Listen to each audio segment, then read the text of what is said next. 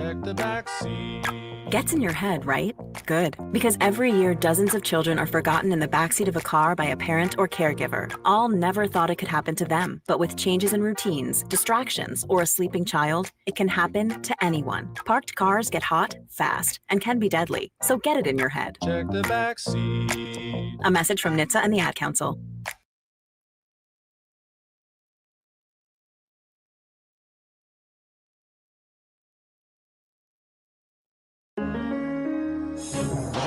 Crossover. Oh, killer crossover. Just crossover. It just crossed him over. Absolutely. Another victim to the crossovers. Cross him up and sit him down.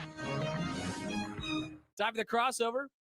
Powered by Everlevel Concrete Repair in Omaha at everlevelconcrete.com. What's wrong, John? Hello. Welcome to the Big East, everyone. What's wrong, John? Well, there was a lock. What? Did you on the A phone lock? screener?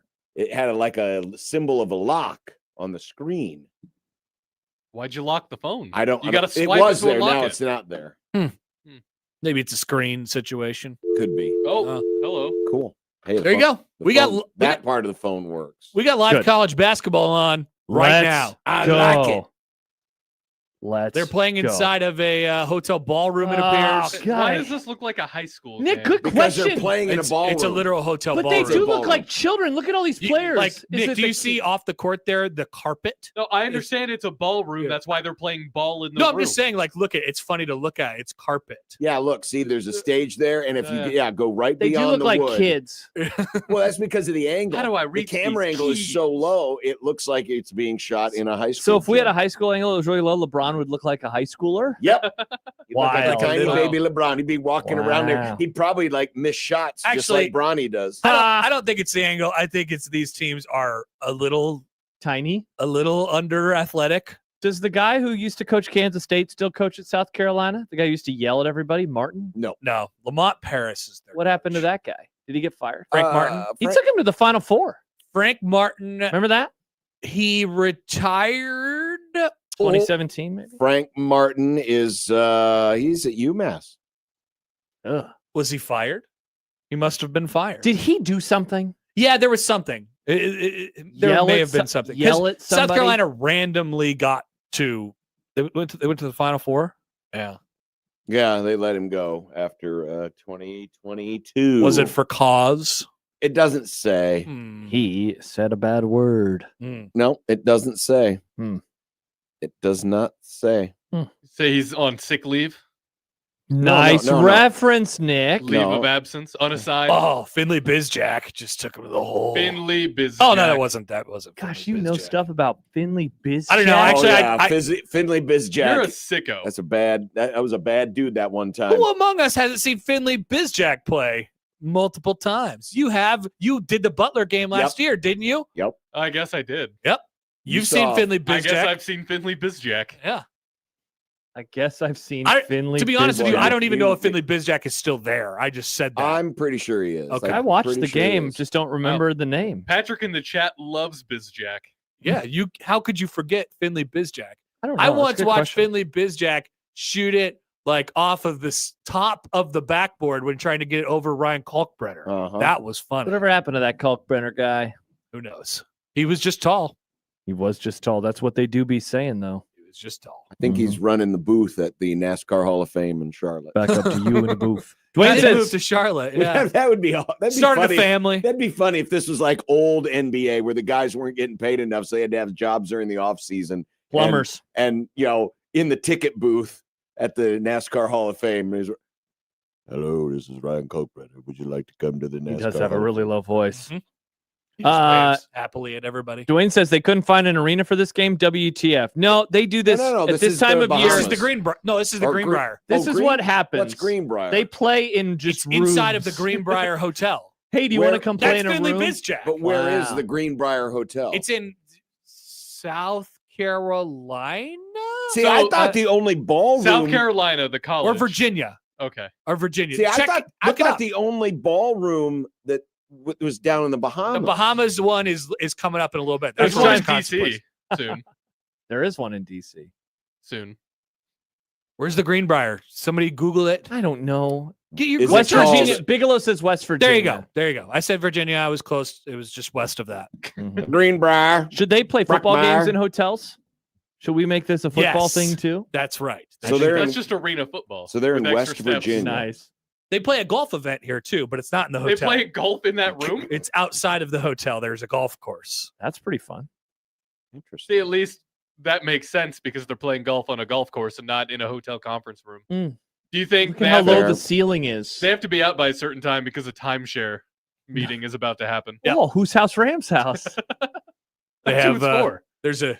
there's a big event coming in. The Lakers want to start using SoFi. Look, there's the door Nice. I mean, to the Duke, outside. Duke's in this event. What? Yeah, Wait, I just Duke saw is? the Duke How the logo. mighty have fallen. I just saw the Duke. I assume that's what that means because there's like a bunch of logos up against. Maybe they one of just the threw some walls. logos in there to make it look less Well, like they a hotel probably Wait a did. minute, conference Duke's room. not Yeah. in the players era. No, They're not. no. Wow. It's the coaches era for Duke still. It's the Greenbrier For era John Shire. for them. The ballroom era. Yeah, we're not a Wow. big. They're not a big fan of. Hey, Northwestern's NIL there. money. Sad.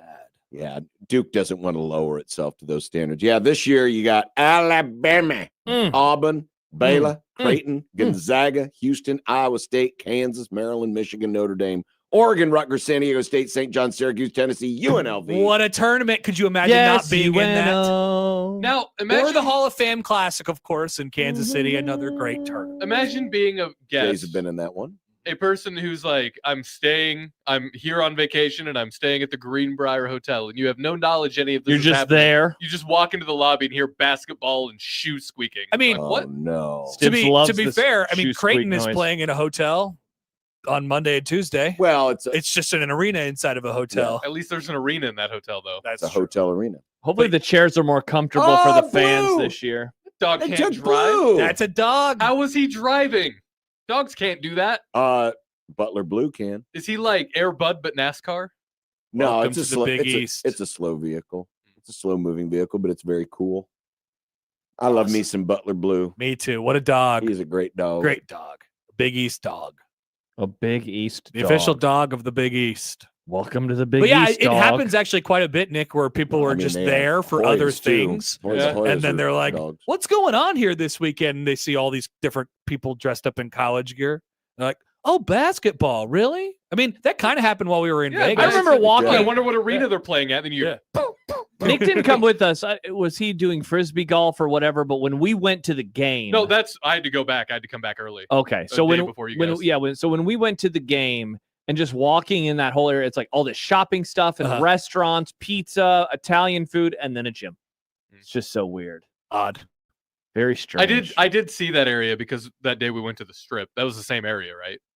Well, he was inside MGM Grand. Yeah, no, we were there because that's where Happer and I took Yankees that the golfing guy was. Yeah. Happer and I took the Uber with the one guy. The guy had a lot of complaints. Oh, yeah. He had takes about, People driving People in driving for from LA. for Thanksgiving. yeah. So not as good as the one Uber that we got. to go No, to the strip. you No, that know, was a he different still guy. was a talkie. Mm. So you would have loved him. He He was was a a talkie. I love I talkie had Ubers. so many takes. no, Ubers are the God, best. no. I wanted to be quiet. I regretted so much. I'm sorry. I like saying a word. nice conversation. Yeah, I want to sit there and look out the window and wish that the time would move 'Cause faster. on that very trip, we were probably 4 to 5 minutes into it, and nobody had said a word yet. And it was great. It was going excellently. The one And- with Nick. yeah. And then I was in the front seat, and I said, "Hey, isn't that Check the front. isn't that where the Pawn Stars thing is?" Tw- And that just was like, 20 minutes floodgates were later, open. this I guy's love- talking about people having relations in the back seat. And then being on a video call while it was happening and showing people. His wife. That guy was. He was a crazy. That character. guy was Yeah, nuts. 5 stars on Uber. 5 stars. 100%. Bad Wow, time. what a night. Where were we going that night? Were we going to the strip? Yeah, that's when we went to the strip. We went to Wow. the, Because then we went to go we and went to the link. yep, we saw Creighton play Tennessee. I think right. Yes. Yeah. No. Because that's when Happer kept saying 2 hot threes. Yep. That was the Sweet 16. That was in March. of Oh, last Yeah, oh, yeah. oh! This is the other trip. I'm yeah. sorry. It was Yeah, the first you're one. He just kept saying 2 hot threes. I respect that. And then the guy with the charging phone. And then Creighton Lawson, we have that picture of I hope somebody kills me. Yep. Yeah. Great. God, that was a great night.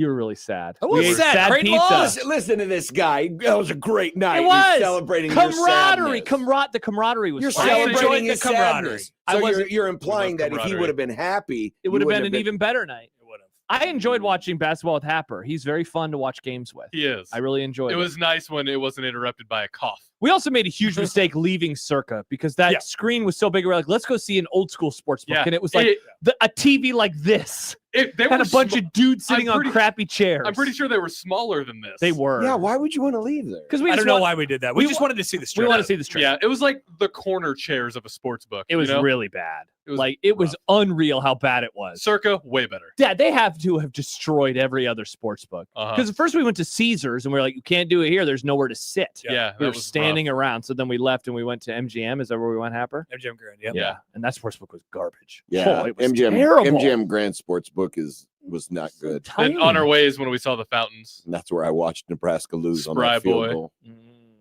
Which game was that? What? That was last year, Iowa. Black Friday. Oh yeah, you were there the whole. I was there the whole damn Hey, week. get ready, John. You'll be doing that again, won't you? Nope, not the whole damn week. He won't be there on Friday. Honestly, not an ad anymore.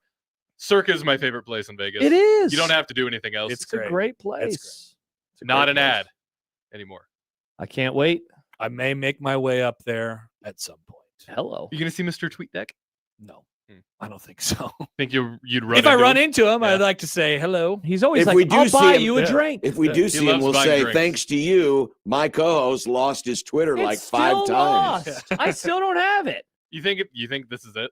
It might be. If this is it, So now I just hop on Let Unsportsmanlike me Conducts know. and I just scroll through there to see what's going on.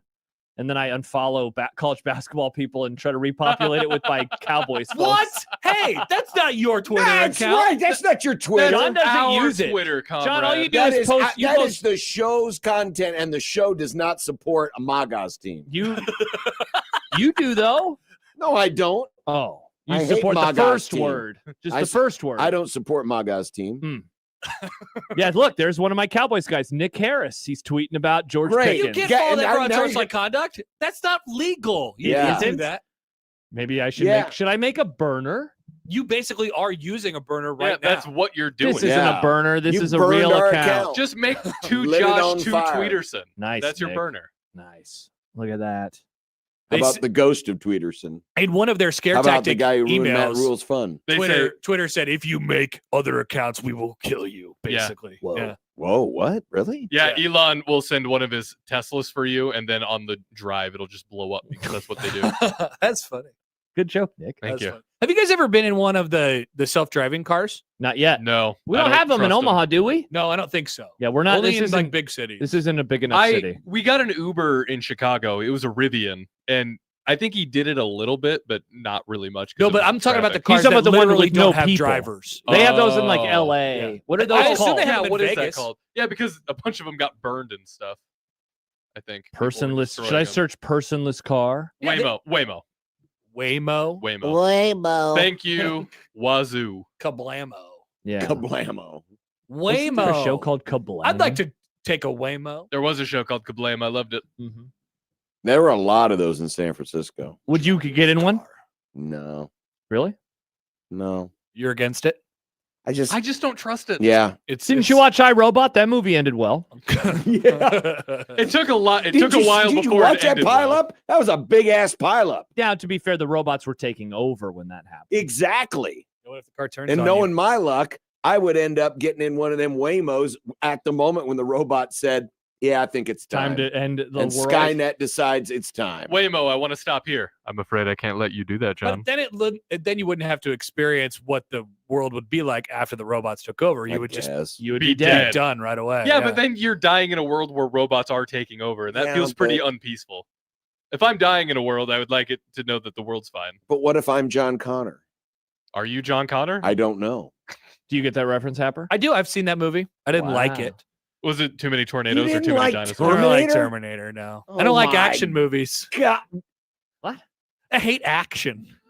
It's so boring. No to wonder me. you like Spotlight so much. There was zero action. Oh, in it's that movie. great. There's so much narrative. It Story. was. It was literally just narrative. Just newspaper people walking Oh, around don't you- going, "We John, gotta get this guy." You don't like dialogue? Hey, you know what? Dialogue and narrative? I love listening So, to the words. I would too. say you like dialogue. Terminator had plenty of great. No, they narrative. didn't. There's Yeah, great it did. There's lore. barely I'll any be back. words in Terminator. What do I'll you be back. mean? It's all fighting. I hate No, fighting. sometimes there's nukes. I just skip through all the fight scenes. I hate fighting. Jeez. So So anti-fight. you like narrative, but you're 4 pages into that book still? That you're reading? Yes. Got 'em. Okay. I haven't read that book in a long time. It's gonna have to incredible, start man. over. You don't like action movies. That's true. That's why I don't like you're Twister and Jurassic confused Park. Yeah, exactly. No wonder you're confused. Well, about John, those do you movies. like talkie movies? It seems like you're out on Spotlight. How do you like them talkies? No, I never said I was out on Spotlight. Just the way your tone just now, it seemed like I'd rather watch like a Michael Bay movie than one that makes me think. Kerploosh. It didn't really make me think. It was just a bunch of people talking. Didn't make you think. Interesting. It's like a radio show. You should have loved Pretty it. much. We gotta nail these scumbags. Nice. Thank Good you. job by I stole you, your Nick. drop. That's fine. Take it. Good job by you. I don't Nick. like action. Look, I've been memed. I just memed you. That is not you. That's unsportsmanlike conduct. But I always tweet this from Unsportsmanlike Conduct. You know, this is typical for a guy who is supposed to be the entertainment at the halftime of basketball games. We should just do my spin. Forget about the basketball. Let's just do my bit. I'll talk to people and then we'll be done. That would be great. I should do like a reading. People would love that at halftime instead of the fun mattress races and all the games. and things. Mattress races. Yeah. now I'm going to read from Exodus. Whoa. Exodus. That's a book of the Bible. Why are we skipping Genesis? Well, they've already done that. Yeah, they already did that. They have such good music. Wow. Nick. Could read an excerpt. I mean, You don't like Land of from Confusion? somebody's book. Could read an excerpt from Dan Hurley's book. That'd be awesome. People would love that. People would and then love I that. called that guy an MFer. 2 Rings Baldy. See, that would be interesting to people. They would love that. He really missed an opportunity to name that book 2 Rings Baldy. 2 Rings Baldy. Scott says, why are John and Josh's cameras so bad? Are they using Blackberries to record? I have the same camera that Nick has. Yeah. John is using his computer, so his You is... both look fuzzy on my end. and Do- my end do you must, really? Yeah. You See, look a bit fuzzy. I opened up the zone earlier, and Happer looked fuzzy. Wow. Why That's are we so interesting. fuzzy? Yeah. I don't no, look fuzzy I to think me. it's the building. I think it's something. The internet has been wonky today. Those computers Wonky. are terrible. Yeah. True. Facts. Wonky. We can't play live interviews anymore on them What? without Oh. them skipping. Now, why would you Yeah. play a live interview on a computer? Because we have to sometimes. Okay. Because we have basketball games to call at 6 o'clock. Oh, of course. But we can't play them Wonky. anymore. Like 5 months ago, we could. There was could. no issues It was great. whatsoever. No issues whatsoever. Justin says we need more RAM. Everyone could Yeah. use more RAM. More dedicated RAM. Well, I'm Like a working on 1500? that. In Working fact, on what? working on it as we speak. Yeah, John was doing the thing earlier where I never know if he wants my input on something. He just talks to himself a lot when he's moving files to a different computer. He goes, "Oh, that's going here." Oh, is huh?" that still the old one? Yeah, still Okay. Now that's a dad move. He goes, "What? What is happening?" And I'm like, "Do I ask him if he needs help?" What's going on? No, I John? don't need help. So that's was I good. just sit there. I just was sit good. there. Yeah. I was good. If he You needs don't help, have- he'll tell you. I think he probably wants you to ask him, like, "Hey, what's going on, John?" But No, then I ask him and he ignores I me. really don't. He just I talks really to don't. himself. It was just. It was It's just how he operates. Just talking to yourself I, for the love of the I game. like to talk to myself because I'm. So when you're working on your I'm car- a better conversation. Nice. I talk to myself because it helps me think and organize my thoughts. Really? Yes. Yeah, I don't do that. There's a lot of racing around up here. Oh, I'm that doesn't undiagnosed surprise with me. something. I just don't know what. If I'm talking to myself, it's probably because I want somebody to ask me about what I'm talking to myself about. Bingo. I'm that type of person. It's gotten me in trouble Bingo. before when somebody else was maybe saying something. And I said, "Oh, do you want my help?" And I was told no. No. Because then I'm always like, but if I were saying it out loud, I would want help. Nope. That's how I operate. That's just it helps me think. It was a lesson to learn to not have to try to fix everything. Because I'm a control freak. You? Yeah. Oh. I like fixing Her? stuff. Nice reference, Happer. There's always money in the banana stand. Mhm. Exactly.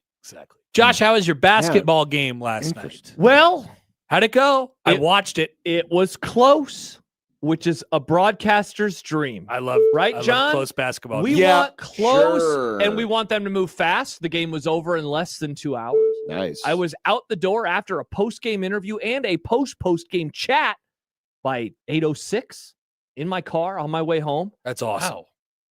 That is not like the NFL game last night, which lasted 9 hours. Wow, because there were 100 sacks. And countless injuries, officials popping Achilles. Oh, is Everything. that what it was? I think so. Not good. Didn't see it. Overrated. Didn't see it. Were you? Oh, you were watching the Nebraska game. I was No. watching Spotlight. No, John I already wasn't watched doing that. Spotlight. I already did. I was were you watching doing? What Spotlight. was I doing? Sleep. Spider-Man. You had an early morning. I went to bed early. Yeah, doing a little prep. Um, Was today your last Friday show? Yes. Thank God. It's all over. Thank God. John. I've never doesn't been have so to be excited for a sleepy. basketball season to end Yeah. or a football season to end Why? because now you're We going to get some missed you, rest John. again. We Yeah. missed Oh, you. I care about I mean, you. Yeah. What? Sorry that I'm rooting for you, John. What? This is so weird. My If somebody Fridays- my said, I'm Fridays- happy no, that my- you have a little more No, free no, time, I'd say, wow, thank you. I enjoy doing that show. It's fun doing that show. It's I don't enjoy the fun getting doing up, that show. Read but between the lines. it is. That's good. I like working with Jack. Yeah. That early though? You want to work with Jack at 6 a.m.? I've done that show before. It ruined my whole day. I was so tired. I did it the day of the Matt Rule opener against Minnesota. I Incredible. was just destroyed by the end of the day. Jack, if you ever want me on there though, hit me up. Jack joins us later today. Jack goes back He and could use does you more next, radio. He could use you next Wednesday because I won't be available. Oh, they're doing another one. Well, Maybe I'll yeah. ask him. I mean, there's It does pay. Hey, Jack. I do that. Hey, Jack, I'm an No, I don't know what I'm doing that. I don't know what we're doing that. What the Nobody what was knows what anyone is doing. Wow. no one that day. knows what anyone's doing that day. that? What on earth is Shout the out show to the going to be? Players Era Festival Championship, whatever. they're Actually, that would probably be okay because either way, we're not having the full length Grum on Wednesday, right? That's not true. We have no There- idea. There is a way Okay. where that we have happens. no idea. There's a path. To There's that. a way where we're off early. There's a way where we start late. There's a way where we do the whole damn show. Incredible. I love how it's just every And option. the best part, Nick, we won't know until Tuesday It's night. my favorite. Isn't it awesome?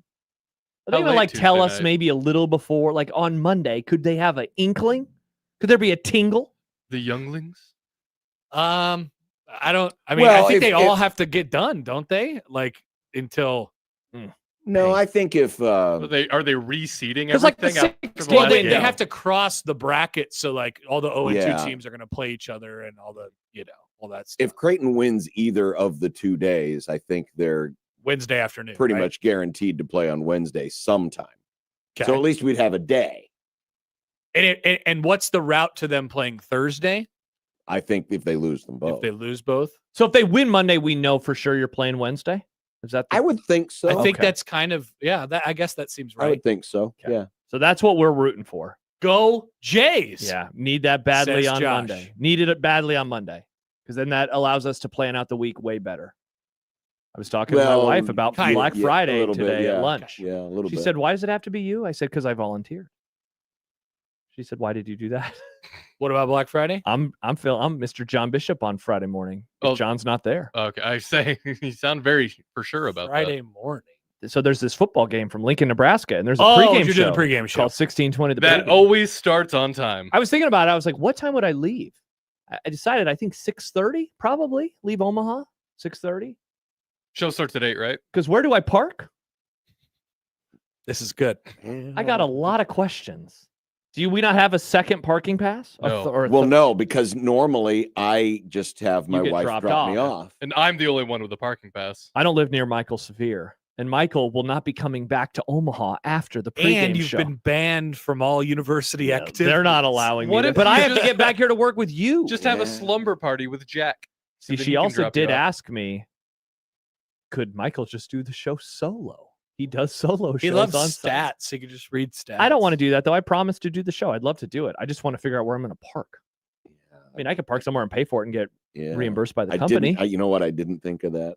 So because we have two passes, Michael has one, Nick has one. Well, I mean, I was able to get one a couple of weeks ago or a couple of shows ago. All I got to do is reach out to Nebraska to get a parking pass. Oh, that'll go That'll go very well. swimmingly. You'll I'm get sure an you email. know somebody pretty high up. Probably. Josh calling. I guess it'd be Peterson calling. And then it'd be a deep sigh on the other end going, oh, God, Hmm. now what? Say, hey, what's going? There's some Penn State rumors again. What's going on with that? Well, you were supposed to call to confirm, right? That's what I was told. Okay. I was told to call and confirm. Uh-huh. What's up with this Penn State search? Talking about Matt Rule again and Talking about No, Kalen those DeBoer. guys don't know what they're They doing. really don't know, man. I gotta They are- take that the Kalen DeBoer stuff might be legit. I don't think it is. I have a It's take. it is wish casting. It The is. Penn State people are wish casting this. Because in order for that to happen, they need him to lose horribly to Auburn. Yeah. Horribly. Or Or it's okay. I just finished this book by friend of the Grum. Crap. Now I can't remember his name. tough look. The guy who likes NASCAR but covers Jay Busby. Jay Busby wrote about the history of the Iron Bowl. Iron Bowl. The book begins at the Civil War. Really interesting book. Fascinating read. The Civil War. The Civil War. The OG Civil War. Not like Oregon Wow. State. Yeah. Brother versus brother. Bingo. Ideology That's how- versus ideology. That's how the book starts. Really good book. Anyway, people forget that before Nick Saban, Alabama coaches left for lesser jobs quite a lot in our lifetime. They did. Just Yeah, but that because- was a long time. Alabama had a real coaching carousel during the Civil War. No, not that far back, Nick. I was talking about the 2000s. Oh, No, I did. that That's was true. a long time ago. Different program now. But so here's the argument that I would present would be he knows that place wants to run him out of town. They're always mad at him. Why not get out of Dodge? He's a northerner. Go to Penn State. Have a little bit more job security. It wouldn't shock me. Would you have more job security? Than at Alabama, I think so, because I think Alabama's insane. we don't like your fancy northern football. He lost like 3 games last year, and they were like, "Should we fire him?" Like that place is nuts. I They still throw think bricks through windows. I still there. think Penn State folks, because it's such an underwhelming search so far that they're just like, we gotta spice this. So. You don't believe the report? I believe they are wish casting. So you don't believe Me too, the John. 24/7 Brian Christopherson? You're saying he's a liar? Wow, John. Well, no, I'm not saying he's a Friend of the liar. Grum? Remember, his report Not was a friend of the Grum. He didn't respond to us. No. Oh, that's right. He Screw was- that guy. he's saying that there's chatter amongst the board of regents. That's all he's saying About So- Rule or DeBoer? about DeBoer. DeBoer. So I'm guessing, it's very possible the board of regents might be chattering about it, but they also might be talking out of their you-know-whats. I agree with And John. that usually makes a sound that goes, I think it could be legit. I don't think the rule stuff. I don't think so. I don't think so. I think the rule stuff could be legit. Really. I mean, I think you have a very easy way to clear this up. That's true. It's only $15 million. Call Kalen DeBoer. I don't have his number. I got the. other Well, number. you could get it from somebody. Why don't you go to I wonder whose number. who I Penn can get it State from. Newsmax and report that he is Penn going to State sign, Max. and then report that he's going to Alabama, and then you'll get a call. Now, there's an implication here, John, that I did it just for clicks, and that I did it as a liar. You did do it for clicks, Josh. I mean, yes, that was part of it. He Yeah. didn't Because do it as a liar, everything though. you But do, I did not do it as a liar. everything. Everything you I do is to get people to. We gotta nail these scumbags. No, don't call me that. Everything I do, yes, is for money. Yeah. Don't do it for free. Well, I mean, everything the Unless I fill BC in. does is for clicks. Everything Everything everyone Sean does. Callahan does is for clicks. That's true. Yes, we You would know? like people to listen to our shows, Yeah. please. Yeah. Wherever out. we be, we It's be. not a, Wherever we be, it's we not a be. bad thing. Like and subscribe, please. Like and leave a subscribe. comment or two. Helps the algo. It Or does. 3 or 4. Hit the bell. Mm. Chance writes, Joshy Scoops is a click merchant. You are. Clicks. If you like Clicks. click, click, click. I do like the trend of calling people merchants of things. That's always fun. Mm. Like SGA is the foul merchant. He just is only trying to get fouled.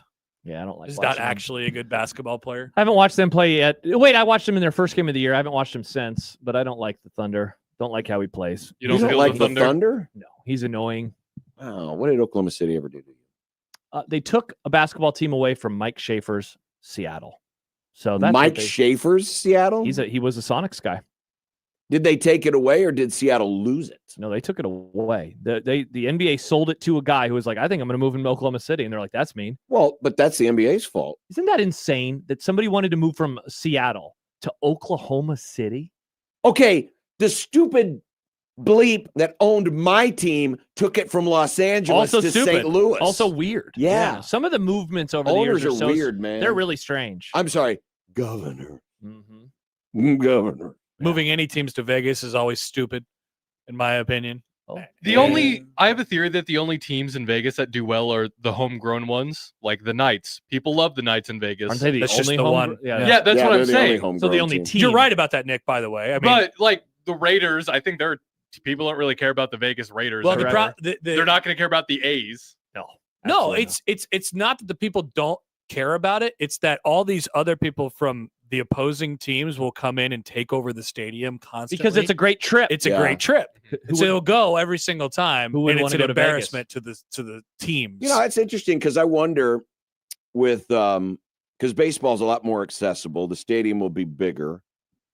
Well, you bet your ass I'm gonna be in there. That the athletics crowds, because it's right there on the strip, right next to the MGM Grand. That you'll have a lot of walk-up people will be like, now, of course, it's within Vegas. 4 It's years, Vegas, so the tickets will be, still be $85 for the worst seat. Within 4 years, I'll be in that stadium with a Royals hat on, guaranteed. Wow. Just to watch my favorite baseball team. Can I come with? You want to do a baseball trip? Sure. I'm sure the Rockies will play there too. Nice. The only problem is the only time I ever go out there is when baseball's not happening. That's true. But sometimes in April. Sometimes go in April. I sometimes go in April. Remember when we were in Vegas for opening you day? like that place, so I do. That was nice. Opening day at Vegas was fun. We interviewed the man wearing a jersey over a dress shirt. That was awesome. We did. Mr. CEO. What a look. Mr. Derek. Mr. CEO. Big Cubs fan, John. Is he? Yeah. I just actually I wore a looked at that baseball picture. jersey. I did too. I didn't. Sad. Yeah. You know what? I have a baseball jersey that I've been meaning to give to Stibbs, but I haven't seen him. But I think I might be seeing him soon. I need to put a reminder in my phone to bring him. Is it a junior jersey? No, it's not. Nah, he's listening. Do you steal now. Michael Severe's jersey? I would never. No, that just belongs in the Hall of Fame or in Michael's closet. There's the dog again. That would be Bark. funny if when they finally do create a Nebraska so football Hall of unabused. Fame, a If brick that and mortar jersey- Hall of Fame, if that jersey ends up in it. Please. He's just like, Oh, yeah. man. That would That'd be funny. awesome. This was the jersey that Michael Severe was on, and then it'll show the awkward looking video. This moment in history. Yeah, They might get a win this weekend. They're playing Oklahoma State. it could sit. It could sit in the case right next to the damaged fender of Scott Oh Frost my pickup. gosh. There you go. God, they are terrible. Or the golf machine. The golf machine, and maybe the rail that he slid down. Wow, the whole You mean the whole staged- situation. The Yeah. staged rail slide? Wow. I was really upset about that. That's what you were really upset I about? was That's really- not what I was the most upset about, but I was upset about that. What that was it was what staged. was the thing you were most upset about? Him in general? I thought it was funny when he slid down the rail. I never get people's thing on this. I liked when he slid down Yeah, the rail. explain yourself, Nick. Yeah. I liked it because it felt like a really fun, genuine moment, and then you found out it was staged and they did multiple No, takes, and you're technically, like, we did we find that out, or was it just theorizing? we just knew that they were the camera don't guy know. was watching him when he came out the door. I don't think he knew he was going to slide down the rail. Yeah. I That's thought, what I thought it thought. came out that it was staged. I don't recall hearing that. I think they knew he was going to. They just wanted to have a camera on him when he was walking out. They knew, and they let it happen. And they knew. By the way, how many teams are in the Big 12 again? It's not 12. 16. Okay, 16. they're in 14th place right now. Nice. Yeah, they suck. They That's stink rough. bad. Yeah. Will they make the Big 12 tournament? Do they take all 16 teams? Nice, John. No, they will win tomorrow, and then they will lose next week to BYU, and then they will miss a bowl game. Wow. That's such a bummer. Man, Yeah, it Poor is. Scott. I like. Wonder if he can get it turned around. That's This will another- be another losing season for him. It's also another unsportsmanlike conduct bit that only lasted like 2 weeks. Yeah. The Oh, college the, football team of the the random week. college football team of the week. Random. It was always UCF's opponent. Surprise! Surprise. It just wasn't as funny as I thought it was going to be, so we stopped it. I think we should have got one more week out of it. Only doing 2 Well, I weeks think of it we felt forgot to do it 1 week and then it just Died. stayed forgotten. Yeah.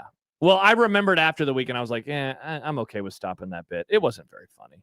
One winning season as a coach Yeah.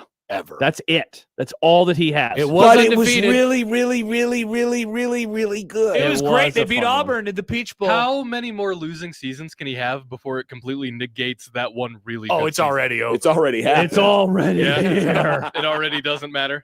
For me, yes. Now, for the sycophants, they'll still cling to it. I mean, the Like rap- 2021 He was good season, once. the 2021 season pretty much erased the, Oh, nightmare. what year was it? 16? 17. 17. Sorry, 17. Yeah. Yeah, Wow. it pretty much erased it. Oh, When my you're talking about the year when they went 3-9. Yeah. The 3-9 team. lost every game, but it was close. And then they brought him back after going 3-9. And then Georgia Southern then beat them, and that fired was the him. final straw. Yeah, that you want to talk about something that irrationally makes me mad? That's rational. When people are like, "Yeah, that's when I knew the Frost era wasn't going to work out." I'm like, are you serious? It took until the literal last possible second for you? Idiots. Every time I think about that, I cannot believe they didn't fire him after 2021. Oh, But my we God. got the Yeah. onside kick out of it. You know what? It's worth it just for that. We did get the Yeah. onside kick. And we got Matt Rule out of it, Well, which and, means I have a great story. and Mickey Joseph. And Mickey Joseph. They beat Iowa that year. That was funny. Have we done a full rehash on who they would have hired if they would have fired him after 21?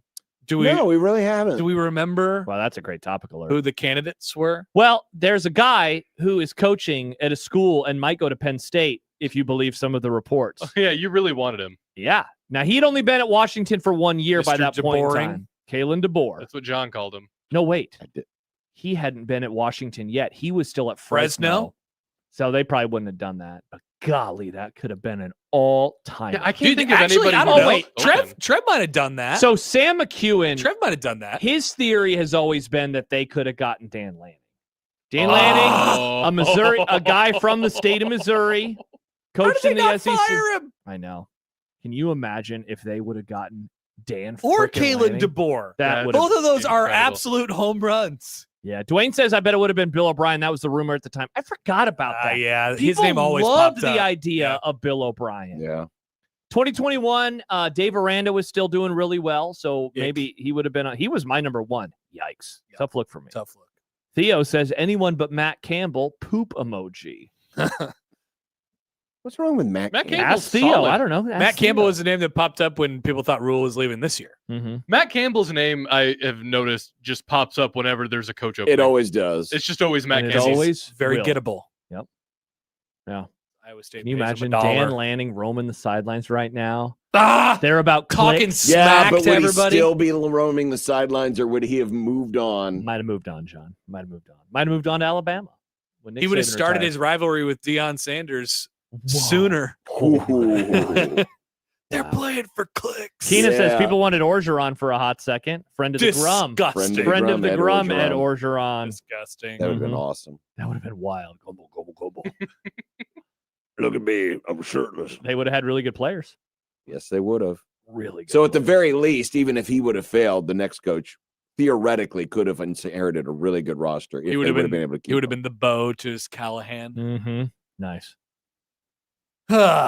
But they did not do that, and then we had to do an onside kick, and then we had to waste an entire year of our lives the whole watching year away. crap. Yep. Threw the whole year It was away. wild Throwing how, it all away. how quickly that deflated everything. I was so mad.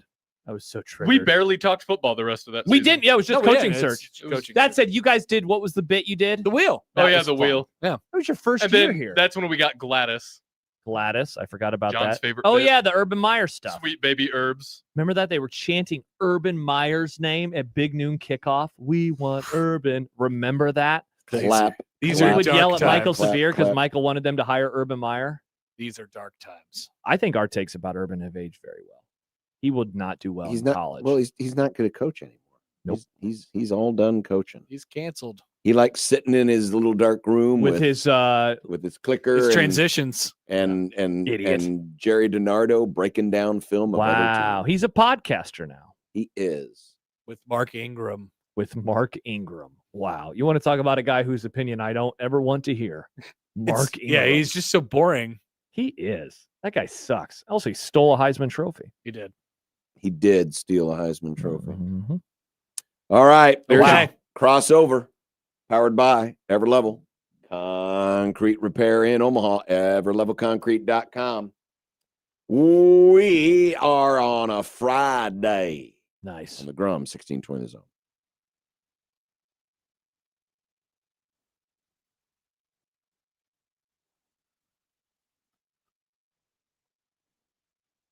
Overcast to mostly cloudy skies for your Friday afternoon with temperatures staying in the mid-40s. Expect light winds out of the northeast up to 10 miles an hour with a chance of drizzle through this afternoon. Rain, drizzle moving out this evening. Mostly cloudy skies overnight, becoming mostly clear by Saturday morning with a low of 33. I'm meteorologist Caitlin Harvey with KETV Newswatch 7.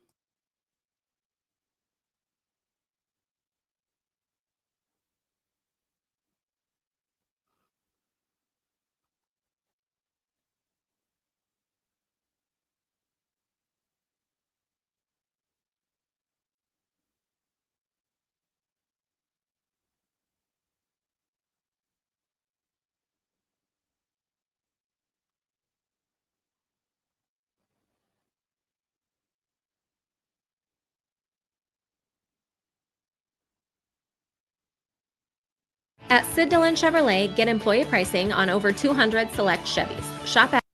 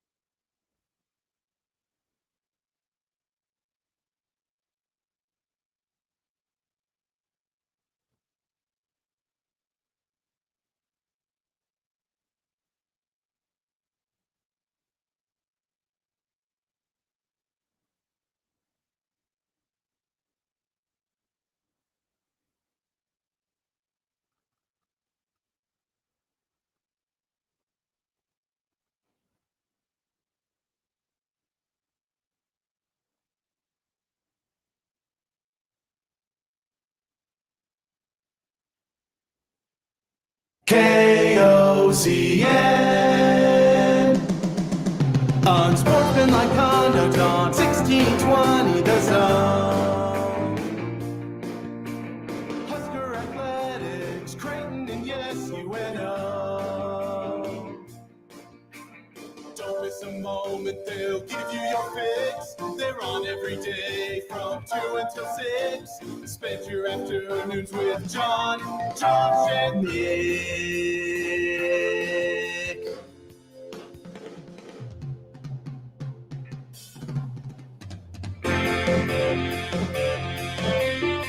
John, Josh, and Nick. They'll show you what sports talk really is. And folks, I know it's been a long week and it's been a very cloudy, dreary week. Hey, it's still cloudy. Yeah, but man, folks are just going. What's wrong? They're a little bit angry today. What? Unsportsmanlike conduct on 1620 The Zone. Husker Athletics, Creighton, and yes, UNO. Who's angry? I guess I made the mistake of having the comments open on No, the YouTube. you got blessed with the comments, No, John. no, Welcome, this is John. not blessings. I love the comments. Let it It's not bask blessings. over you. You don't let things bask. You Oh, don't I bask don't- inside of question. things. Does John let things if bask? this is the stuff that's basking, I don't want to bask. Sometimes you have to be like a lizard, John. Just bask. What are they basking in right now? Well, now Michael's catching strays. Severe reaction, which is on your way Sunday on 1620 The Zone. After 1620, the pregame, Wait, which Yeah. isn't happening this week, but 16 later. And also after Big Red overreaction tomorrow night as well. Is that that's the Michael Severe you're talking about? No, yes, that's the Michael Severe What are I'm they talking saying about him? They're saying, remember Michael before the season started? And he's quoting Michael, I think it feels like 9-3 because Van Poppel is going to be all Big Ten. LOL. Whoa. Dude should be playing like at Tulsa. Whoa, holy crap. And then Edwa No, that's Theo. 73821. Theo. It says Edwa. Yeah, I know, because our settings are stupid. 73821. Severe guaranteed the defense would stop the run in August, and no one said boo. Okay, Theo, that ain't true. You know who said the run defense wasn't going to be very good? John Bishop and Josh Peterson. Yeah. We said that over and over and over again. Yeah. We said many times, what are people talking about with this whole defensive line stuff? We didn't buy into it. Yeah. Now, why people are yelling at Michael now on November 21st, I have no idea. Why are folks? I mean, it's kind of late. Look at now. Lane. Yeah, you guys were right. Put that on the frickin' board. Yeah. Unsportsmanlike conduct was right. Michael Severe was wrong. We should do a billboard campaign. The rightest show in Omaha. I don't know if I'd want to go that we don't have to do far. that. I think that's what we're doing. The rightest, The most correct show in Omaha. The rightest show in Omaha. Sportsmanlike conduct. Actually, They you know what? nailed Scott Frost You're before. already dressed for it, Josh, wearing your Go Magas team gear. Cowboys. Go Cowboys. We might. John, you're on my side this week. I was thinking about it this morning. I was on a run, classic me. Wait, so you don't want the number 1 overall seed? Wow, you're an idiot. We're going to get it. If we're going to get it, Moron. we're going to get it.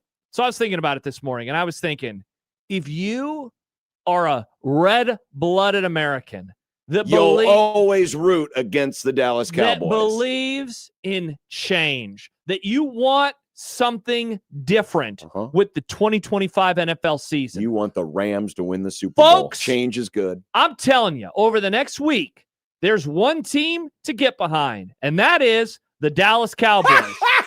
Let me tell you why, John. Let me tell you why. Wow, look at Lane. I'll admit, Josh is usually on the money. I bet Houston last night because he said take the points. Shout out to me yet again.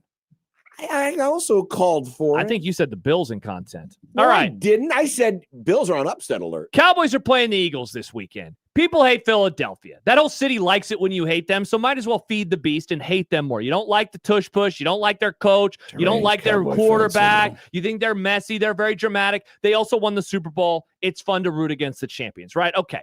If I can't talk you into that, if you, for some reason, John, fighting for a 1 seed, you're going to root for the Eagles because you're an idiot.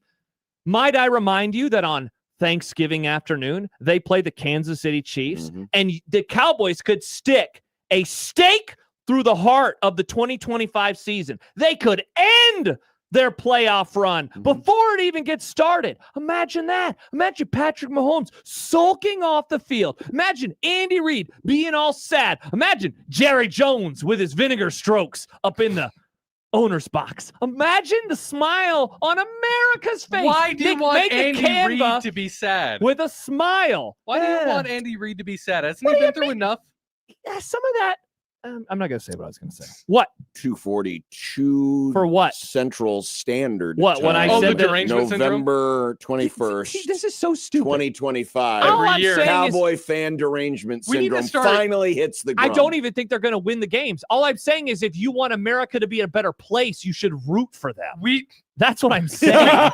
We should start actually keeping track of the date, so then we can try to predict it. You know, I don't think they're going to win. Yeah, they're like going to Josh's lose. derangement I would have been cycle. wrong because I thought the under would have They're hit. going to lose both games. I don't think they're going to win both games. All I'm saying is if you want a better America, you want a better society, you want the Chiefs eliminated and the Rams to have the 1 seed, you should root for the Cowboys over Yeah, the but you're not rooting for it for that.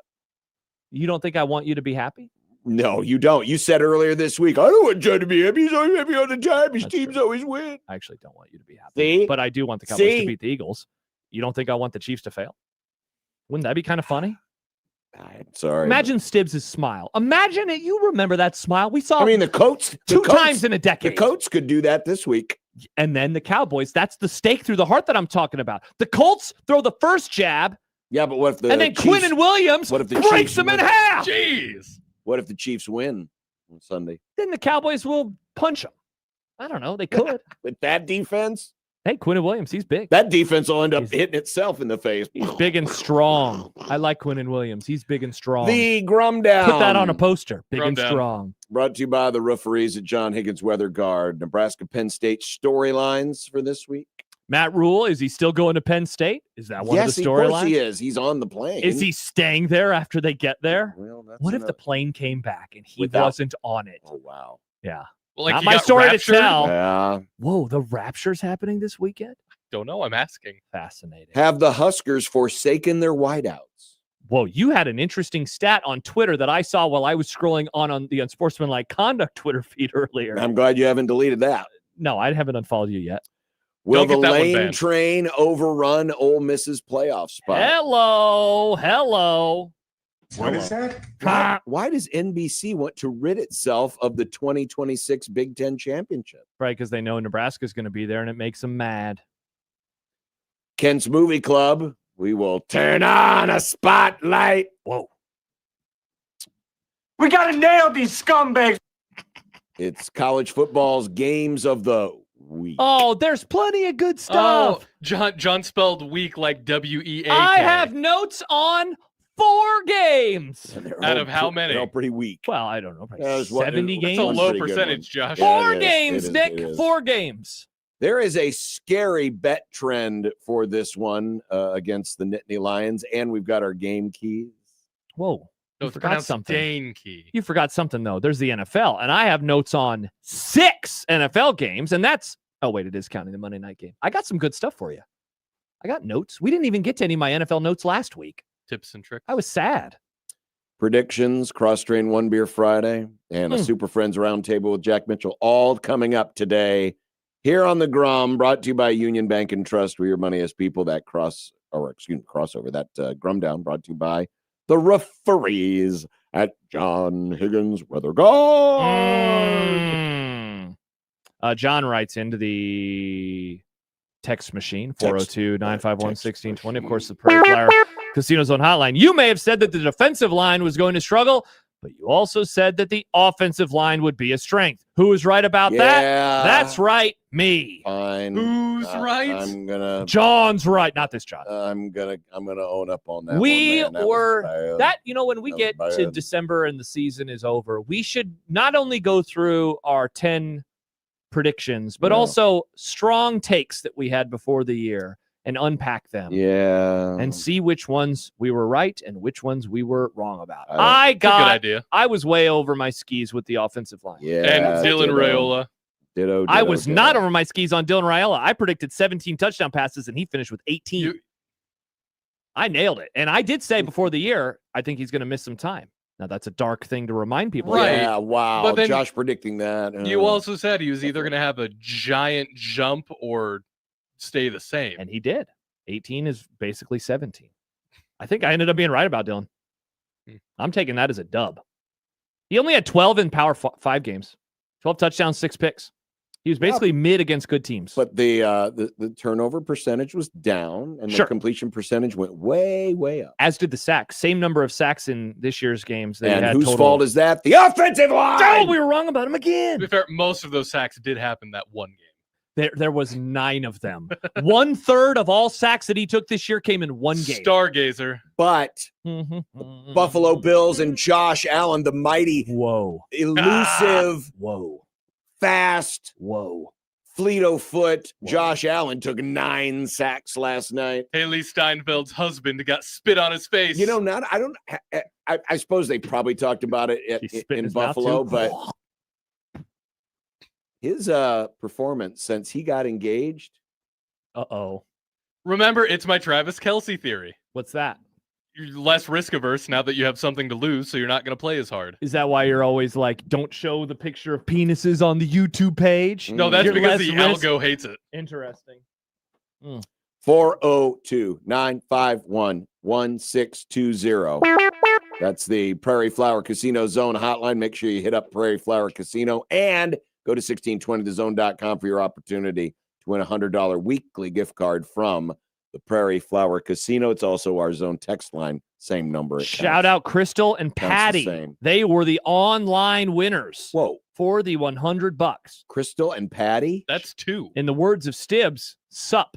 Is that Patty as in Patty? Patty Mayonnaise? Patty Mayonnaise. Excellent reference, Nick Grimm. I can't believe that's a millennial show. I was at the crossover. What you know about Patty Mayonnaise, John? Josh, let me tell you about Gen Z A. I don't give a crap. How do you think I knew about Kablam? Wow, that's a good point. You can also hit us up in the Equitable Bank inbox. John at 1620thezone.com. Josh at 1620thezone.com at Equitable. We take banking personally and answer the phone on the first ring. There is also a poll question up. What? Where? Is it on your feed, John? At John Bishop 71? I tried it today. Okay. What? What are you mad about? Algo is so weird. I decided to tweet the poll from the Zone account. How'd that go? Oh, you thought it was going to get more votes? Yeah. And it didn't? No. This is bizarre. Just bizarre. That's a bummer. Nebraska, Penn State. Pick me a winner, Bobby. Nice. Does Nebraska win in an upset? Does Penn State win, but NU cover? Does Penn State roll? Oh, no, don't say that. Well, there's 3 options. Okay. You choose. You report? That's the J Tech Construction Zone Twitter feed at USC 1620, which I better read. Could you please retweet it from that? Just did. Now that you've hijacked that account and we'll get that one murdered soon enough? I deleted TweetDeck. It's all gone. It's gone off my computer. I don't have it anymore. Now I have deck.blue for my blue sky. Look at all these comments. There are dozens of us. I fired off some NFL takes over on Blue Sky. You want my takes still? If you miss my takes, find me on Blue Sky. I feel a little more freewheeling over there because of course, because no one will ever see them. Yeah, I feel like you can say whatever you want over there. The whole Matt Rule story over there. You could just do the whole thing over there, and no one will know. I might just post it. You want the whole story? Go find it on Blue Sky. Except for that one guy in a basement in Madison, Wisconsin. Why are you always saying that people are in basements? These are our listeners. No. The people on Blue Sky. Those are our listeners too. They come out and support us. To that one person. And you're always calling them to that ugly. One person. They live with their mom. I just said they were in their basement. Sigmund Freud. I'm usually never in my basement, John. Yeah, I was in my basement this morning for prep. Nice. We have parties. We have people over. We usually in the basement. This morning was a couch prep morning. Yeah. Normally I'm at my desk, but today I was like, you know what? I want to sit here with my slippers. Great. So you half-assed it is what you're saying. No, I was comfy. So if you eat a banana on your couch, are you also just throwing the peel on the floor? I stopped doing that. Riz was like, why do you do that? Because it's gross. That's why I stopped doing it. It's now goes in the trash can. You're getting banana stains on your carpet. I walked right up and I threw it away in the trash can. Good job for being a human. It took like a minute out of my I believe day. You mastered that banana peel. We will have more of the Grum, and we'll let these two ramble on about whatever the hell they were just talking about on 1620 The Zone.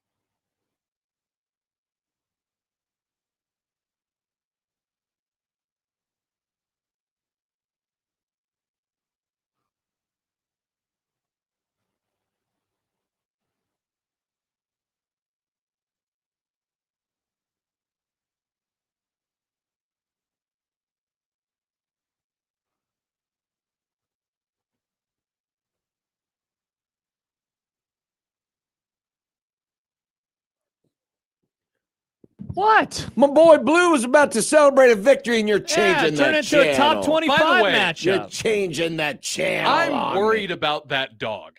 What dog? The Blue. Butler Blue? Yeah, because what's wrong with him? every time they showed him driving around, that dog looked so stoic. He looked so probably unexcited. stoned out of his mind he's right like, now. He wasn't even freaking out. He was just there. Well, There's no emotion. I'm Blue, worried. Blue's chill. Bulldogs aren't usually, they don't. Also, they give it drugs because it's at an arena with people around.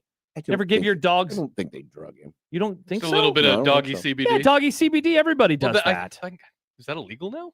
No. Oh, I mean, probably will be. Lane writes, any predictions for tomorrow?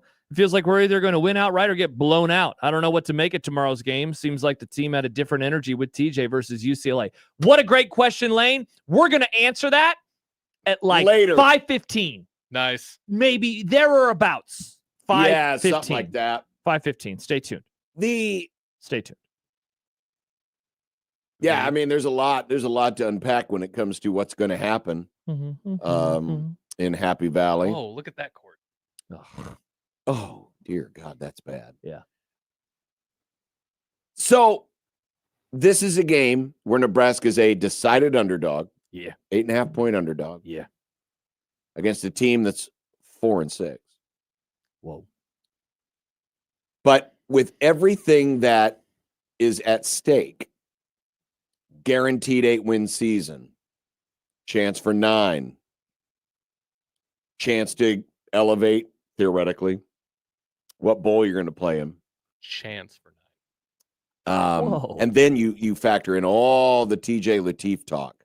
The Lateef talk. And how much his future may ride on how he performs over the next 2 weeks. I know on paper it's not a big game. Again, the records. Yeah. But is it a bigger game than just that? How big a game is this? How big a step would this be? And I think there's a lot of different angles you can take. I mean, we had Behringer fan on social comments saying, it's not an upset. It's not an upset. If they win, it's not an upset. Don't call it that. Yeah. Don't put it on the internet that it's an upset. I ignore lines, blah, blah, blah. Fine, whatever. Cool, if that's how you think. But there are a lot of folks who, I guarantee you, if Nebraska wins this game, and by the way, folks, this would be a very, very rare win over Penn State in November at home. Very rare. Okay. Stay More tuned. on that in a Stay little tuned. bit. But it would mark something. You're also beating Penn State. Throw out the records. You're beating Penn State. Mm-hmm. One of the other top 10 winningest programs of all time, including yourself. All of that together, this is a pretty big game for what it is. Big shoes. Mm-hmm. Because the thing I was thinking about this morning, and I've been on record, I caution folks to look too deeply. God, can we watch this in black and white? Oh my God! Yeah, that one's rough. So Wisconsin's playing BYU. Wow, you were just about to make a great point. Wisconsin's playing BYU here, and they're playing at the Jazz Arena, and the It Jazz looks like Arena, a green screen. Well, it's the NBA Cup court. It's terrible, and it looks awful. Although I do like it better because it looks like it's at an actual court and not a hotel lobby. But you're making a great point. Keep yes, going. John, go. But the importance of this game, and I have been on record, you can't just strictly look at, well, did they win, did they lose? Mm-hmm. In terms of measuring what TJ Lateef can be for this football program moving forward. If you're just looking at it from the win, because there's a scenario out there where Nebraska wins these games, but TJ kind of scuffles, and you're like, ooh, he didn't look so good. Mm-hmm. I don't think that's going to happen. I think he not has to, but I think if Nebraska does win these next 2 games, he's going to play he well. Will play well. Yeah. But there's a lot riding on this, all things considered. And so to answer the question, is it a bigger game than it feels on paper?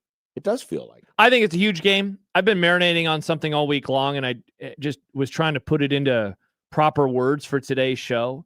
This feels like an opportunity for Nebraska to get a quote-unquote culture win, where if you are taking the steps that you think you are as a program, that you should be able to go into someone's house and a team that has taken a step back and in this moment get a win. Mm-hmm. You know, I mean, how many times lately have we talked about the fact that the schedule has turned into one that you will look back on and you will probably be kicking yourself for not taking advantage of more? You know, Nebraska most likely is not going to play any playoff teams. Most likely. If USC wins tomorrow and then next week, they're in my opinion, probably in. If Michigan wins tomorrow and next week against Ohio State, they are going to be in. I think that is going to be a really hard thing to do. So for them, most likely, they're not going to play a playoff team. They did not catch Indiana this year. They did not catch Oregon this year. They didn't catch Ohio State this year. They didn't even catch Illinois this year. They didn't catch Washington this year. I mean, like a lot of the big mid, as you called it earlier this year, the Big Ten, they got USC and they got Michigan. And that's kind of it. They get a Michigan team down in your house. They get a Penn State team that's sub 500. I don't care that it's on the road. You still caught the sub 500 Penn State and Indy Lions. And so I can't help but look at this team and then look at next year and say, if not now, when? If you can't get this win, when can you do it? And I know, look, there's the obvious excuse that you could throw very quickly back in my face of, but Josh. I thought you were going to say, but Josh. TJ Lateef. But Josh. True freshman starting quarterback. Only a second star. It's going to be way different, than the last one. And sure, that's fair. But man, like, if the program is taking that step that we think they are, I mean, this is one that you really got to have. I don't want to say it's an unforgivable loss because it's not. But man, culture. The culture is better, right? Then why won't that show itself, or why can't that show itself tomorrow evening in State College, Pennsylvania? Against a program that's obviously beleaguered, that's obviously going beleaguered. Through a huge transition. Oh, yeah. That has an interim coach that had huge aspirations and fell flat on its face. I mean, this would be kind of similar if there was going back to 2007, if there was a Big 12 team that was kind of in a similar spot as Nebraska, and they got to face Nebraska during that stretch where the post-USC stretch, where Nebraska, was obviously faltering and they failed to win. Kind of like Kansas State, for example. The one win that they got down the stretch when Joey Gans had the game of his life and set all kinds of records. I'm guessing because that was, what was that guy's name? The coach who took over. Ron Prince. Ron Prince. That was a huge missed opportunity for Ron Prince to stick one at Nebraska. He never beat Nebraska. Never beat him. And that was his chance. That was like his best chance. That was horrible Nebraska football team. A terrible Nebraska football team. And Nebraska just ran him off the field. They did. And so, I don't want to set this up in such a way where, like as Travis says, we're approaching referendum game territory. No, we're not doing that. No. It's not that. But it is an opportunity. Yes, at the very least. It is an opportunity, and it is pretty big.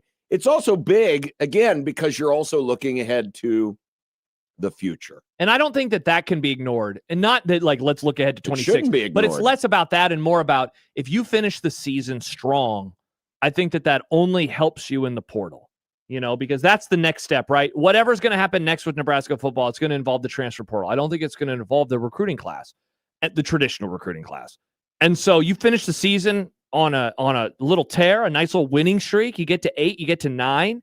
Then I think that changes the pool that you can probably swim in, the types of players. Because I make this comparison all the time, but you can point to and say, look, we got to this place. Now it's time to take the next step beyond this one. And you should come here and help us take that next step. And so I think that would allow you to get better players. And again, if not now? If you can't beat Penn State now, when are you going to be able to beat them? If you can't do it this year, when are you going to be able to do it? Why not? Why not now? Or a team like it. Sure. Or a team like it. And I feel that same way about the Michigan game. It's like, man, I don't know what's going to happen with Michigan under Sharon Moore or under the next guy, whenever that's going to be. But it's a disappointment that they weren't able to catch them this year, because you're not always going to get a bad Michigan. No. Nebraska got the one bad Ohio State team of my lifetime. They beat them. That's the one Big Ten win that Nebraska has over Ohio State. It happened in 2011. Mm-hmm. And they almost lost it, but they did get them that year. And in the moment, we didn't realize that, this is the time to catch them, but that was the time to catch them, and they did catch them. I get it. The point spread, I guess, maybe is scaring some people off for thinking that, but I've been going into the game tomorrow thinking that all week long. You got to get this game. You have to get this game, because this Penn State team's it's not very good compared to what they usually are. Correct. And so if this Penn State team is still better than Nebraska, in year 3, I think that's a problem. Well, and I guess maybe that is approaching referendum territory. I guess it is. Well, and to me, going back to the question of the week, and that is the continuing saga of who's going to be your next quarterback. Yeah. I was thinking about this as I was getting ready for work this morning. What if these next 2 defenses make TJ Lateef look very, very, very average? Great question. Because there's a lot of folks who have already put their name on the contract for next year. TJ Lateef for starting quarterback. Mm-hmm. He's our guy. Mm-hmm. Absolutely. No doubt about it. They've seen enough. They've seen enough to know they've seen it all. And what kind of a shock is that going to be if he's made to look very average? We'll have some stats for you later on regarding the duress he was under or lack thereof. That it's quite incredible. And he's going to face some of that tomorrow. How is he going to handle it? It's one of my biggest keys to the game on Saturday, is how those things will be handled. So yeah, tomorrow's important for a lot of reasons. The win and the loss, the win or the loss always is important, but there's a lot of other things at stake as well. And you've laid out a pretty interesting case for, if not now, when. Because it is hard sometimes to overlook the record. Why would a 7-3 team be an 8.5-point underdog to a 4-6 team? Mm-hmm. Doesn't make any sense. Yet to some people, it makes all the sense in the world. I was going to say, tomorrow night, they lose by 17 points. It's going to say, oh, that's right. That's why. Yeah. But if Nebraska wins, it's going to be like, wow, that was the dumbest crap I've ever seen. That's you're going 2 in the weeds on recruiting rankings, or 2 in the weeds on the level of talent, and not enough on a team who, again, and this is why I go back to culture, a team that has built itself and has overcome stuff. Like, I love the way that they responded to the Minnesota game. I love the way that they responded to the USC game and losing their starting quarterback. Now, this is an interesting spot that the team finds themselves in, because people have been blowing smoke for 2 weeks. Yeah. People have been excited for 2 weeks. People have been pumped for the quarterback for 2 weeks, talking about, is he the future of the program for 2 weeks? They've been talking about the running back as a Heisman contender, as the best running back in the sport, as one of the best players in college football. This is a spot where I have watched Nebraska too many times in the last 15 years falter.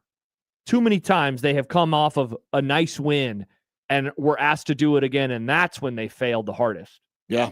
This is growth. This would be a growth opportunity for Nebraska football. It absolutely would be. And anytime you can win on the road in this league, anytime you can win on the road, that's a pretty big deal. And imagine the momentum you go into next week with. Oh, my gosh. If you're one who is hanging all their emotional eggs in the, God, we've got to beat those Iowa guys. It's going to be a hell of a lot easier. We got to nail these scumbags. It's going to be a hell of a lot easier if you're going in there with some confidence. You're 8-3. You go in there with a 2-game winning streak, and you're guaranteeing 8 wins, right? Like it's suddenly like growth season has already happened, money in the bank, time to take the even bigger step. Yep. You lose tomorrow, you go into next week looking at your wins, and you're like, wow, they could be 7-5 in the blink of an eye, and suddenly you were hemming and hawing about if this season was even a step forward. Correct. You don't want that. Nope. Win tomorrow guarantees you won't have to do that. Great. We've just worked ourselves into a shoot. It's now a referendum game. Referendum game. Put it on the graphic.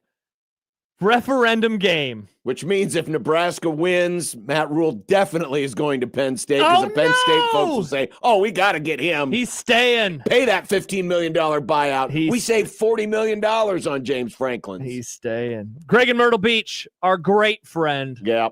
The middle school rule third-year bump is a total fraud. Oh, come Nebraska on. media forgets to mention rules surrounding the Tennessee home and home for Patsy Houston Baptist. Surrendering, not surrounding. It wasn't Houston Baptist. It's Houston Christian, the artist formerly known as Houston Baptist. Uh-oh, it's a referendum. On Nebraska's wideouts, some sobering look at that group. And maybe it's time to get those guys back in the game. Perfect. We'll discuss next on 1620 The Zone.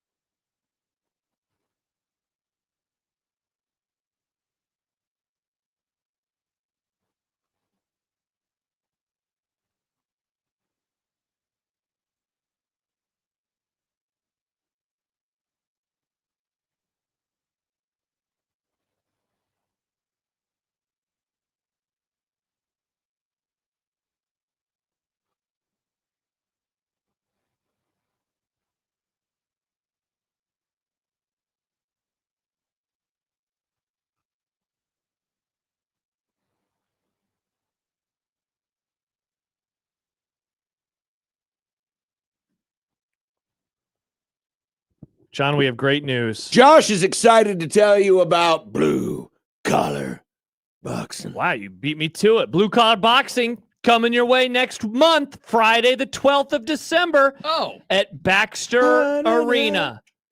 John and I love boxing, which is why we talk about it a lot on the Grum. And we are giving away 5 pair, Nick. 5 pair. 5 pair of tickets. Is it 5 pairs of tickets or 5 pair of tickets? 5 pair. 5 pair of tickets. You don't say I have P-A-I-R. a pairs of underwear. And here's how we're doing it. You don't have to listen for a drop. You don't have to tweet at Nick. You don't have to email Nick. You give us a call right now at 402-951-1620. And the first 5 callers are going to go home. Well, they can stay where they're at with prizes. Yeah. And then you might have to pick them up here or they'll be at Will Call. Don't know the details on that. Nick will happily tell you, though. I will. In just a few moments. Give us a call right now at 402-951-1620. Oh, prize is ready for pickup at the station. Perfect. Look at that. Already got a caller. Let's get 4 more. You know what I'd like to see? A little more production from the whiteouts. Yeah. So this was something that I discovered today while doing the Friday Husker Tailgate with Jack Mitchell, who will be joining us in the happy hour today on the Super Friends Roundtable. Because, we were just on the subject of the offense and actually we were going over our helmet stickers. And it was like, wow, it's been a while since we've been talking about Ja'Cory Barney. And so I pulled up his game log. It was pretty shocking. It's frightening. But, oh, crap. It's doing that stupid format thing. Let me, all right. I'll fix it. Okay. Well, I can't fix the format. It's weird how these PowerPoints act. But the yardage that he has had in the last 4 games, receiving yardage, is 55 yards. Per game, John, that's pretty good. That's No! over 200 No! yards. That's 220 No! yards. No! 220 yards. No. You're going to poo-poo 220? No, that's 55 total. You must be miscounting. No, You I have am to be not miscounting. Could you recount? Could you give us the game by game and we'll count together? Shall we count together? Well, I'll give you the game by game as soon as the game by game uploads here on the page. Okay. But it's not a lot, friends. How many catches? How many catches are you talking about? Not a lot. What on earth is happening? Well, it's interesting because then I just decided I just need to look at all of the receivers as of late. So here we go. Ja'Cory Barney had 1 catch for 1 yard against Minnesota. Go! You remember that game because that was the week going in where Dana Holgorsen had said, yeah, we got to get him the ball more. And then they got him the ball that one time. Yeah. And he got tackled right away, and that was pretty much the end of that. Not great. 3 catches, 13 yards against Northwestern. One of those, admittedly, was a big third down at least. 3 catches, 6 yards against USC. Yuck. And 4 catches, 19 yards, though he did have a touchdown. Yeah, he scored the first touchdown of the game. Against UCLA. That is stinky. By my math, that's what is that? 11 catches? Yeah. 11 catches for 55 yards. Gross. Think about that. With his speed, 11 catches, 55 yards, a robust 5 yards per catch. That is bonkers. It is bonkers. But even when you look at the other guy's not much better. I put Hunter and Dane Key up here as well. Now, Isaiah Hunter has he's been the most consistent. He's definitely been the most consistent. Minnesota 4 for 40, Northwestern 6 for 70 and a touch. USC 5 for 30, UCLA 3 for 37. Not eye-popping, not Bolitnikoff type stuff. But compared to 55 yards total. Well, and even compared to his running mate Dane Key. Shut out against Minnesota. 3 for 22 on Northwestern. 2 for 23, albeit nice back shoulder fade. That was a sweet touchdown, yes. Excellent throw by Dylan. Yep. This last one of the season. Well, one of his last ones of the season. And UCLA 3 for 46. Pretty good per catch average. Yeah. But the conclusion has been this. Now, against UCLA, they didn't have to throw it a lot, though they did average 13 yards per pass attempt. Yeah, in large part because of Emmett Johnson catching it and running. But the wide receivers have been kind of absent. Yeah, and this from is this offense. This is, of course, the last few weeks. The question that I would ask is this their fault? Is this the quarterback's fault? Is this the offense's fault in terms of design, or is it the coordinator's fault? Well, and it's obviously everything. It's all of the above. And I don't know. I don't even know if necessarily fault has to be assigned to this. It's just blame. It shows how Emmett-centric the offense has become, which I think is a good thing. It is. I mean, they have. They have won. So what's the game that kicks this whole shebang off? It's Minnesota. That was the worst offensive performance of the year, and it's not even close. Yeah, 5 total catches by your wide receivers for 41 yards. They beat Northwestern. Game. Emmett runs the ball a lot. They lose to USC. Emmett runs the ball a lot. They beat UCLA. Emmett has a lot of yards, period. I would say that the game plan moving more Emmett-centric has been a net positive for the team. Sure it has. And it makes me wonder what would have happened against Minnesota if they wouldn't have gotten so in their heads about they're going to expect us to use Emmett, so we're not going to use Emmett. What could have happened against Minnesota in that game if they go to Emmett Johnson a little bit more? I don't know. I don't know the answer to that question. But certainly if you would have shown people these types of numbers, you would have thought, what are they doing? Mm-hmm. What is going on here? Mm-hmm. But it is interesting when you compare where Dane Key was a year ago and where he is now. He's going to end up with fewer catches. Oh, yeah. Last year he had 47. This year he's currently sitting at 28. Last year he had 715 yards. This year 360. The average per catch is down about 3 yards. Now the touchdowns are up. Yeah. He only had 2 touchdowns last year in Lexington. He does have 5 this year, but the yards per game going to go down. Now, again, this doesn't always have to be a bad thing. You do have running mates with you, and if you recall earlier in the season, Dana Holgorsen was discussing how, to him, diversity in your offense isn't an old wooden ship, nor is it running versus passing. It's diversity is the different options that he has available to him in terms of people that can touch the football. Well, and I'd say this too. So you brought up Dane Key. He's not going to match his numbers. Now, Isaiah Hunter already has 40 catches last year, 41 this year, 578 yards last year, 592 yards this year. You ready for this, John? 14.4 yards per catch last year, 14.4 yards per catch this year. And he already has matched the number of touchdowns he had last year, which was 5. His long last year was 60. His long this year is 64. So, but you know who else? I mean, now, Ja'Cory Barney had 55 for 447 last year. This year, it's 37 for 403. So the average is up, and famously, he has scored touchdowns this year. Last year, he did not. Yeah, he had 3 rushing touchdowns this year, or last year, none this year, but he had 0 receiving. He has 4 this year. So some of this is just because you have more mouths to feed, but having more mouths to feed is good. Yes. From the standpoint of it gives you options, and it's not always going to be person X's day. It might be person Y's day this week. It might be person Z's day this week. Then maybe it comes around to you. But I would say this, especially when you're Ja'Cory Barney, it almost feels like there's like this assumption that, well, Ja'Cory will get his in special teams. And there's been a little bit of not finding more creative ways to get him the football. Yeah. I thought that this year that there would be those ways to get him the football. And so it's certainly been a disappointment because he is really talented. Now, return-wise, yes.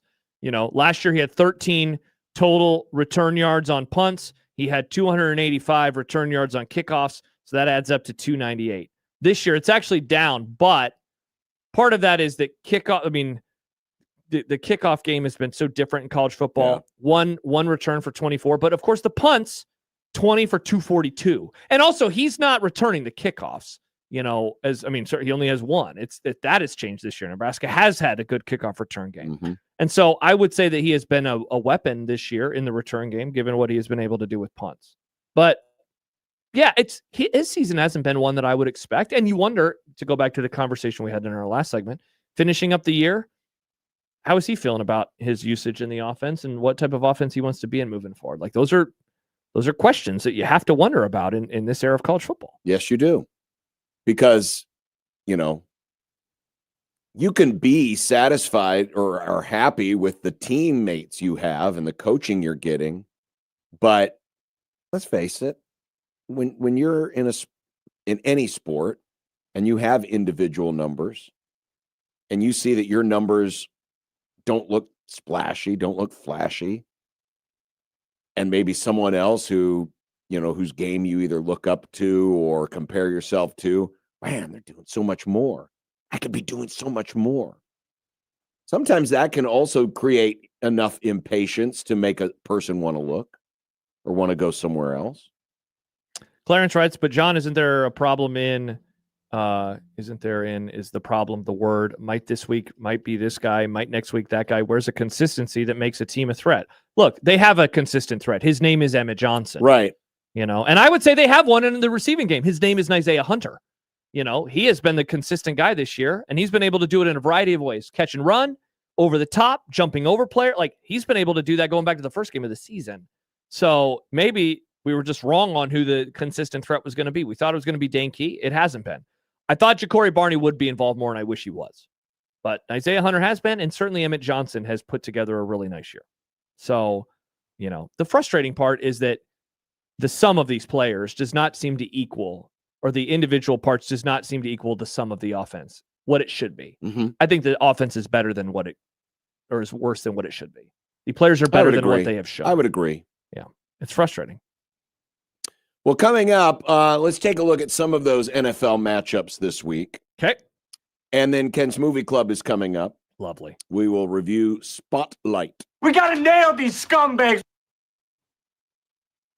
What? It's a line from the movie, John. I know, but you don't like the drop? Well, it's just so much. Isn't Wow. there another compelling drop from that movie? No, that's the one. That's it. Got to nail these guys. They We knew. got to nail I guess these the other one is scumbags. they knew, and they let it happen. Yeah. That's the other famous one. We'll be back on 1620 The Zone.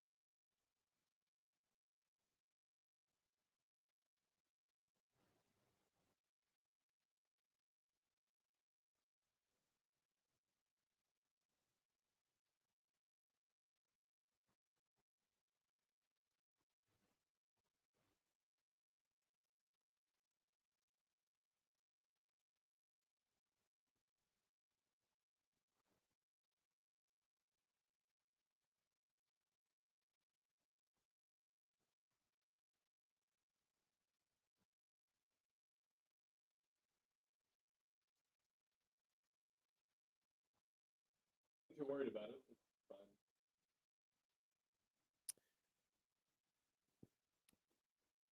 Last night, Josh Allen still scraping himself off his back. Ouch. And the suddenly hot Houston Texans How about them? won man? again.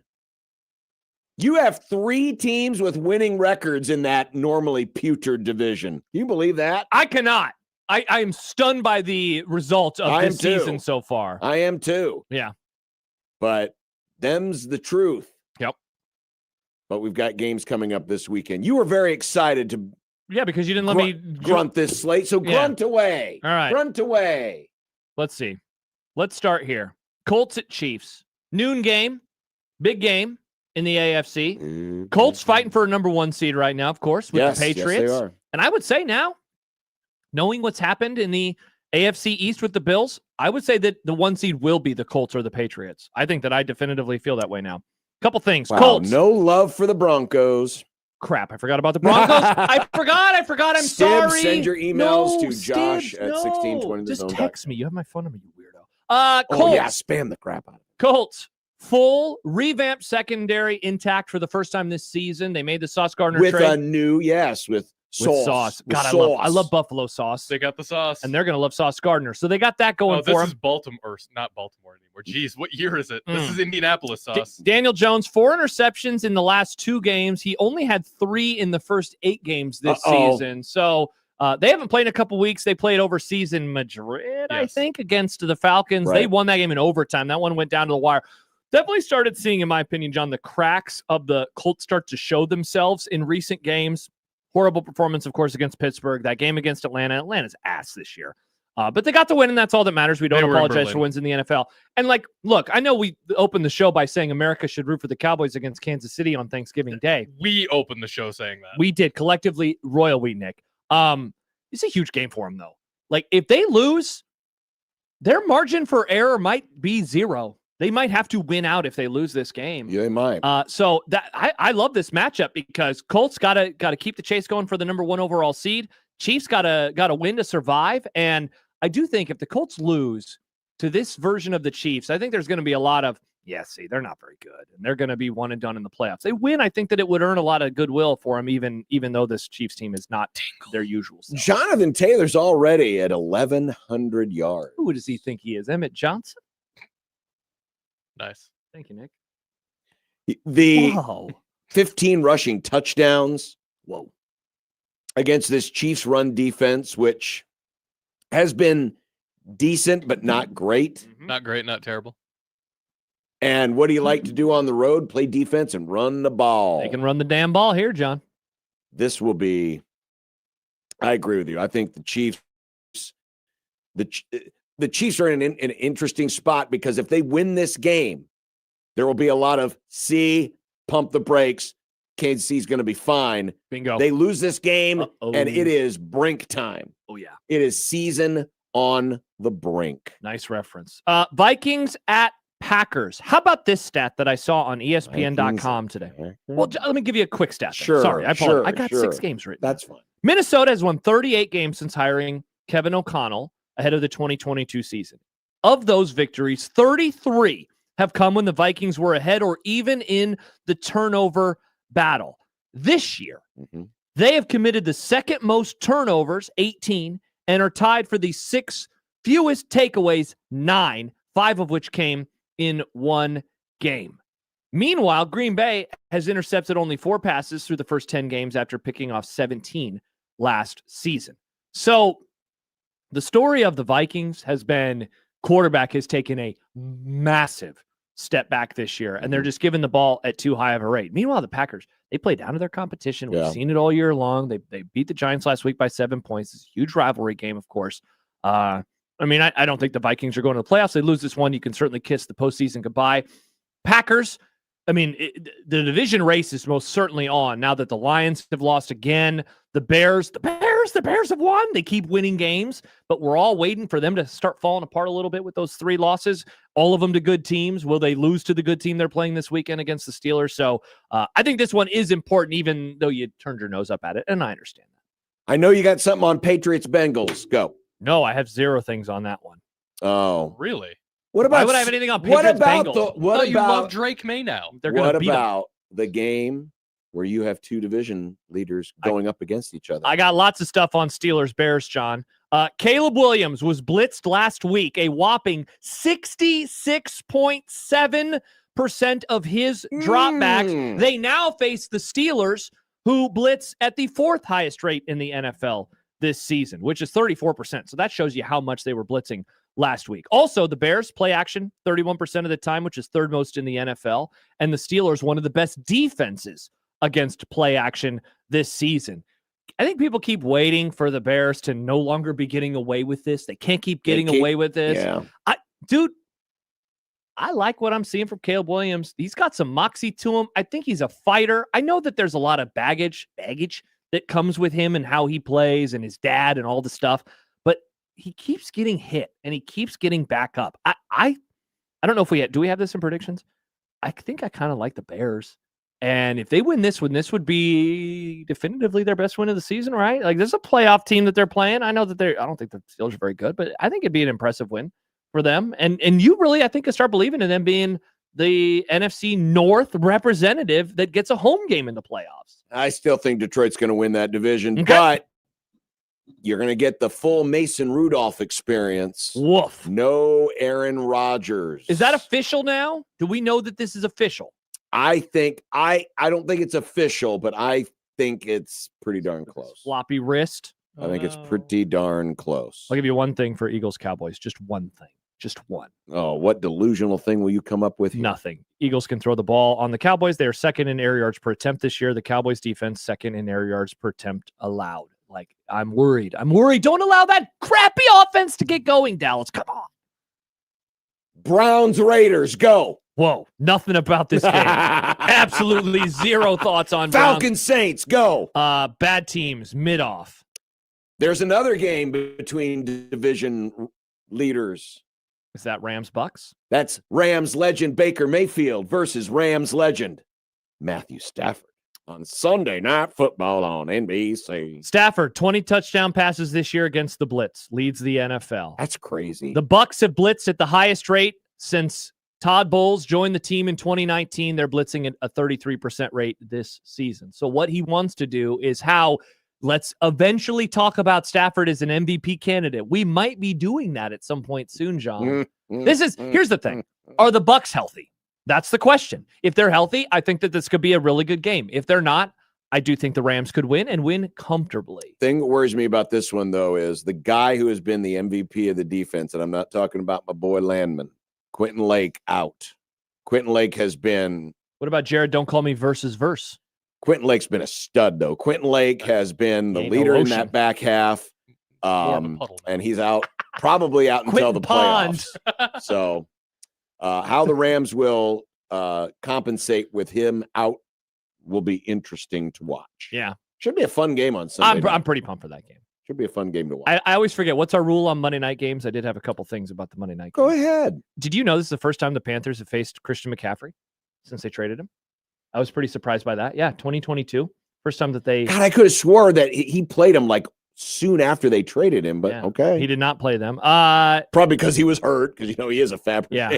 So here we go. The Panthers, 25th in pass rush win rate, 31st in pressure rate. Niners, 31st in pass rush win rate, and 32nd in pressure rate. Dear God. So not expecting a whole lot of sacks in this one. And also, Niners, we know about them. They love to use the motion. Panthers, terrible against teams that use motion. Yeah, here's the thing. We talked about Colts Chiefs. I think that this is kind of a weird funhouse mirror version of the same kind of matchup. Mm-hmm. Panthers win. It's time to take them as an actual candidate for the playoffs, because it would be another tiebreaker in their favor. Yes, it would. Meanwhile, if the Niners win, they would go to 8-4 on the year. So they're bordering on being at the very least a slightly above 500 team. So this is good. This is an important football game for seeding purposes, because I don't think San Fran's going to win the NFC West. So you want this game in hand in terms of the wild card picture. I can't believe it. I can't believe that there is a 49ers-Panthers game in 2025 on Monday Night Football that I am jacked to watch. And yet that's the state that I find myself in, going into Monday Night Football. Congrats. Well, coming up next, we will discuss the movie Spotlight. It's movie club time here on 1620 The Zone, but John and Josh are here to tell you about our good friends at Underdog, the Underdog Fantasy app. You can download it right now. Go to your favorite app store, download that Underdog app. You can do it in Nebraska because you can play it in Nebraska. And one of my favorite things to do heading into the weekend is I like to go window by window. I like to pick some player options in the 11 o'clock window. Then the 2:30 window or mid-afternoon, and then the evening window, and see how I do. And you can do that as well. All you do is you pick your favorite or maybe your least favorite players and pick them against certain categories like touchdown passes or touchdowns receiving or rushing yards. Could be sacks, and go higher or lower in a variety of different categories. You can win up to 5,000 times your money. And it's so easy to do. It's fun. And the payouts are quick and easy. Plus, you can play in Nebraska. Josh, tell them about that promo code so we can get them some extra plays. 1620 The Zone's the promo code. $100 in bonus entries when you play your first $5. Don't forget about college football. It's on there as well. We were talking about Nebraska's receiving situation. Maybe you like Ja'Cory Barney to break through. Higher or lower than 20.5 receiving yards. Also, do not forget about EJ Emmett Johnson. Higher or lower than 92.5 rushing yards. And if you want to fade Nebraska's defensive line, Katron Allen, higher or lower than 106.5 rushing yards. All that's available and more right now at the Underdog Fantasy app or at UnderdogFantasy.com. Underdog, make picks, win money. Again, the promo code is 1620 The Zone. Must be 19 plus and present in Nebraska. Terms apply. See assets.UnderdogFantasy.com for details. Concerned with your play? Call 1-800-GAMBLER or visit ncpgambling.org.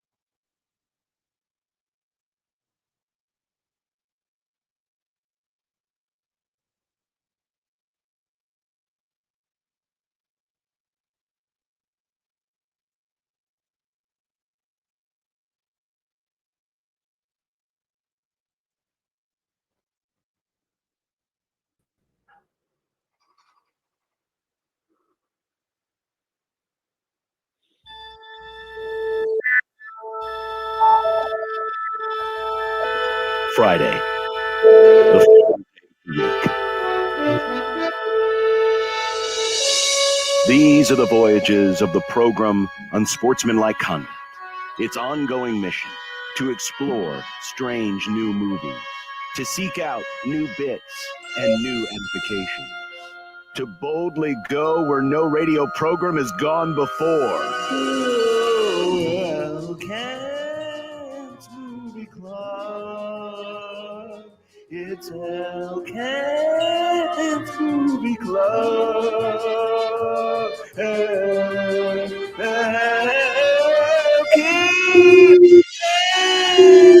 Movie Club. It's Elkins Movie Club. John, you didn't do the thing.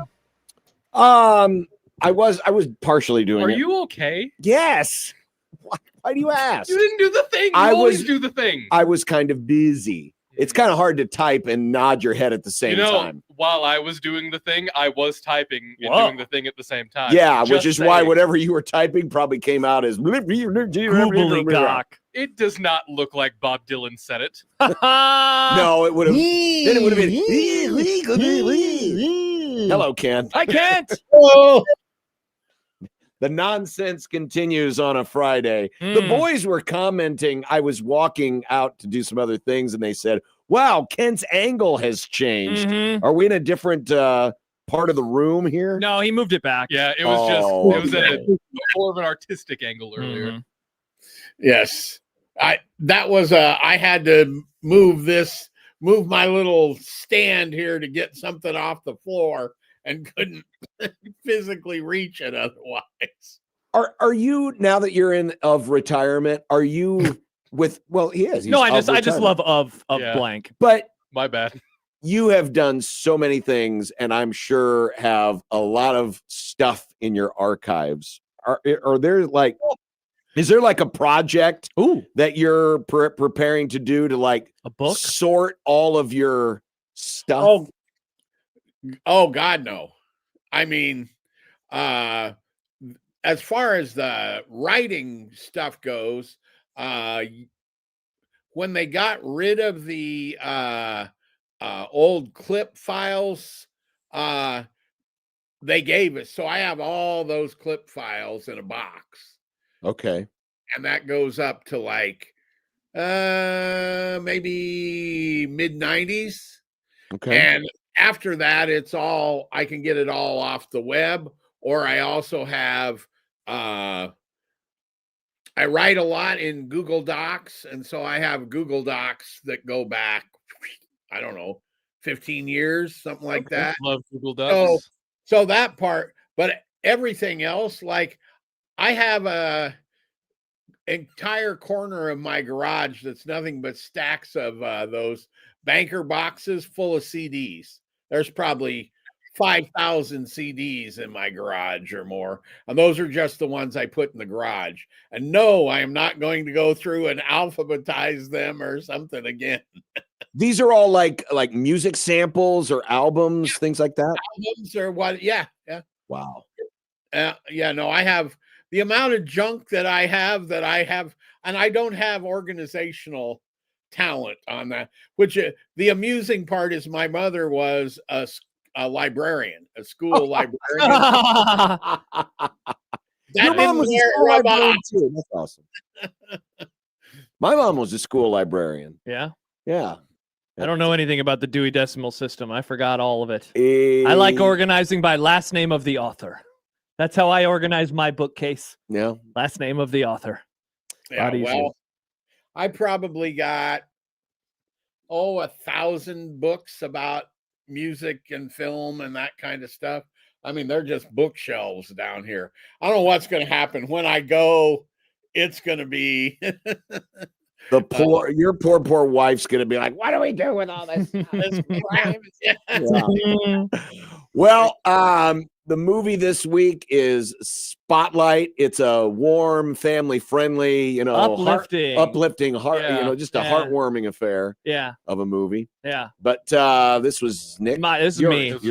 This is me. Give us a blow by blow, the whole thing. Yeah, we'll do what John did last week. Every single plot. So this is about the Boston Globe's Spotlight team, which is a investigative journalism unit inside of the Globe.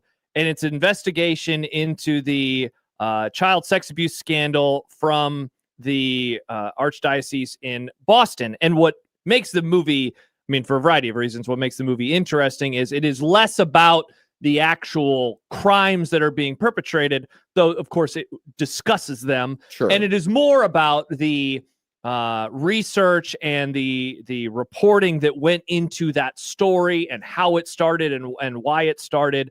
They had a brand new boss who had just moved in, Marty Barron from Miami, and this group, and how things can get swept under the rug, how these types of crimes are allowed to happen.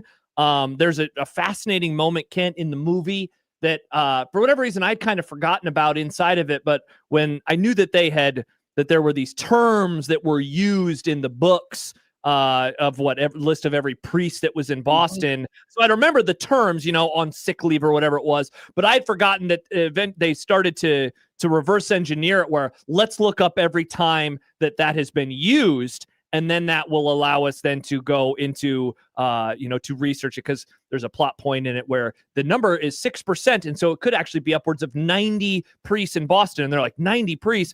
Well, they go through this process and the number is 87. So they were pretty much right on the money.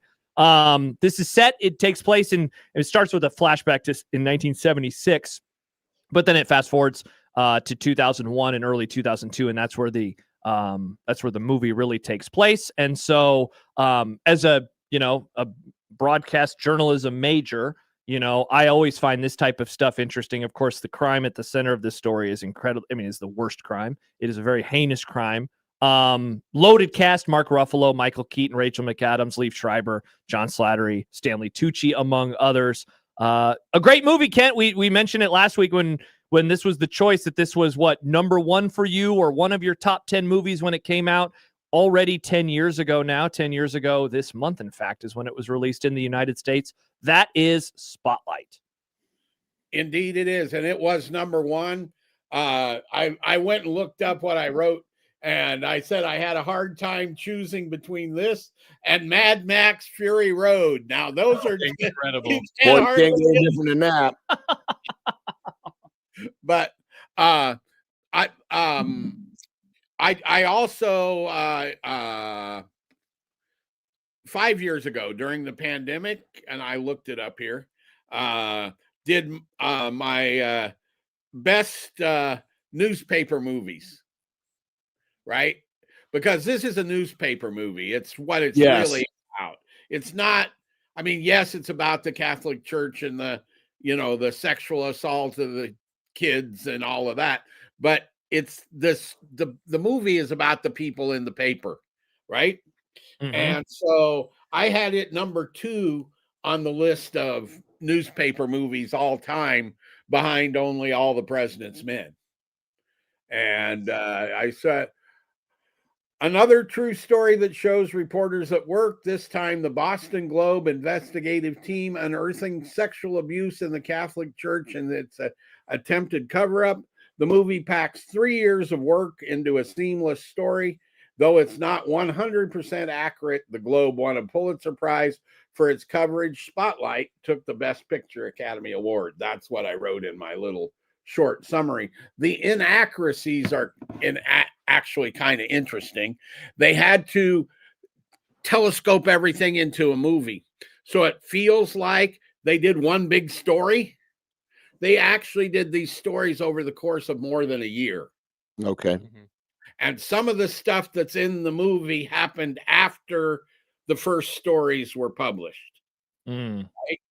But beyond that, it's largely dead on accurate to what happened, with the interesting exception of the one Spotlight reporter who says he has to warn his neighborhood that the halfway house or whatever for the priests or down the street. In real life, Gahan lived down the street from him. He lived a block away from the priest that started the thing. Wow. And they wouldn't put it in the movie because the screenwriter said nobody would ever believe that. It was too unrealistic.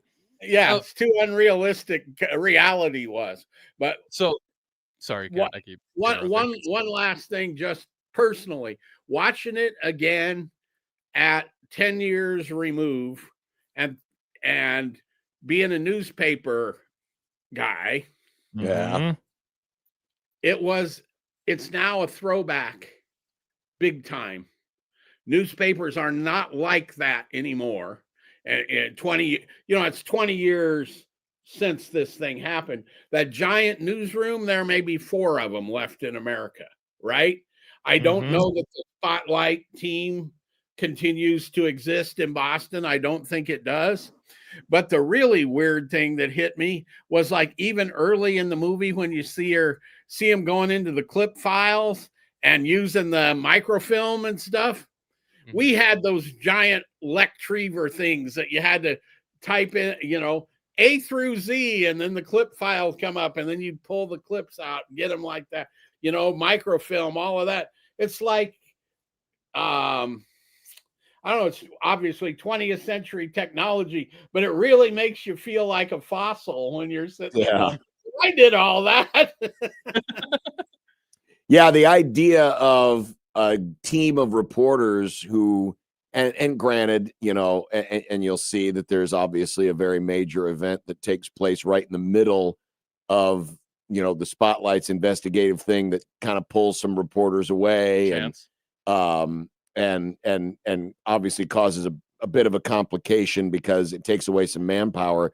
But just the idea that there's this group of, a team of reporters all working on one story, the manpower just simply is not there anymore, except for, like you said, Kent, and I don't know what the current employee population is at the New York Times, but there might be that. There might be the LA Times. I don't even know about the Chicago Tribune anymore. Washington Post is who I would say.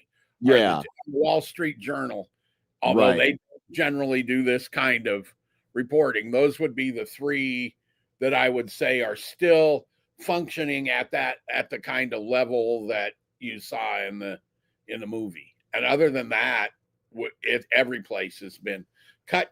And that's this is what, people, it's not a big deal. You can use AI, you can do this, you can do that.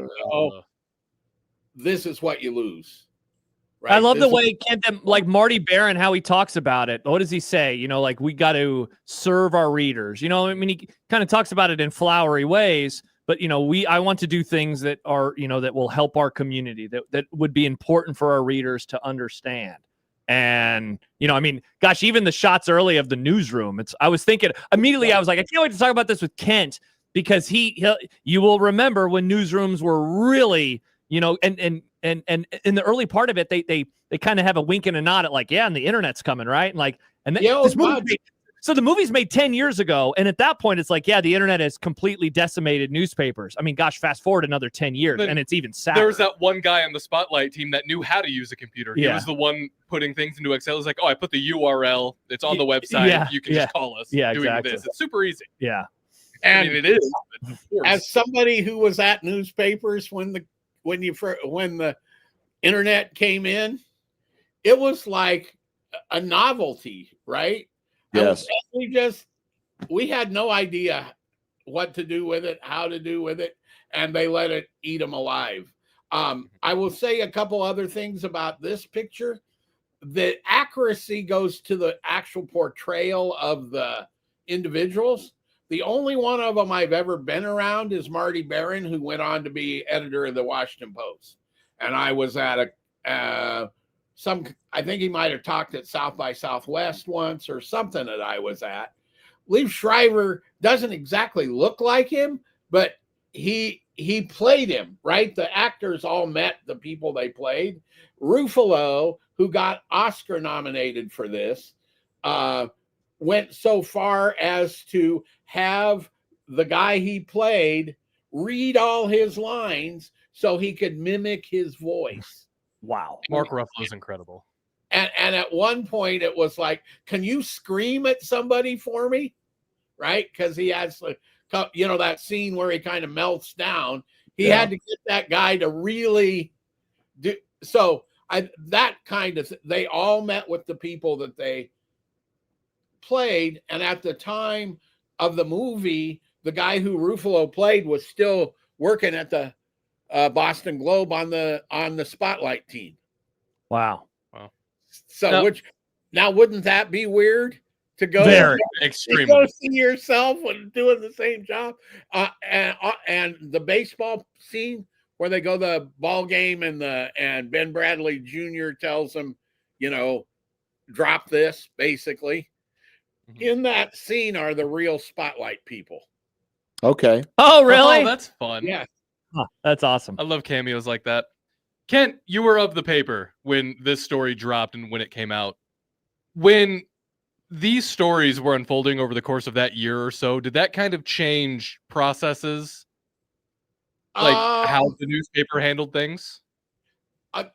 Regarding this subject matter, absolutely. Yeah, absolutely. The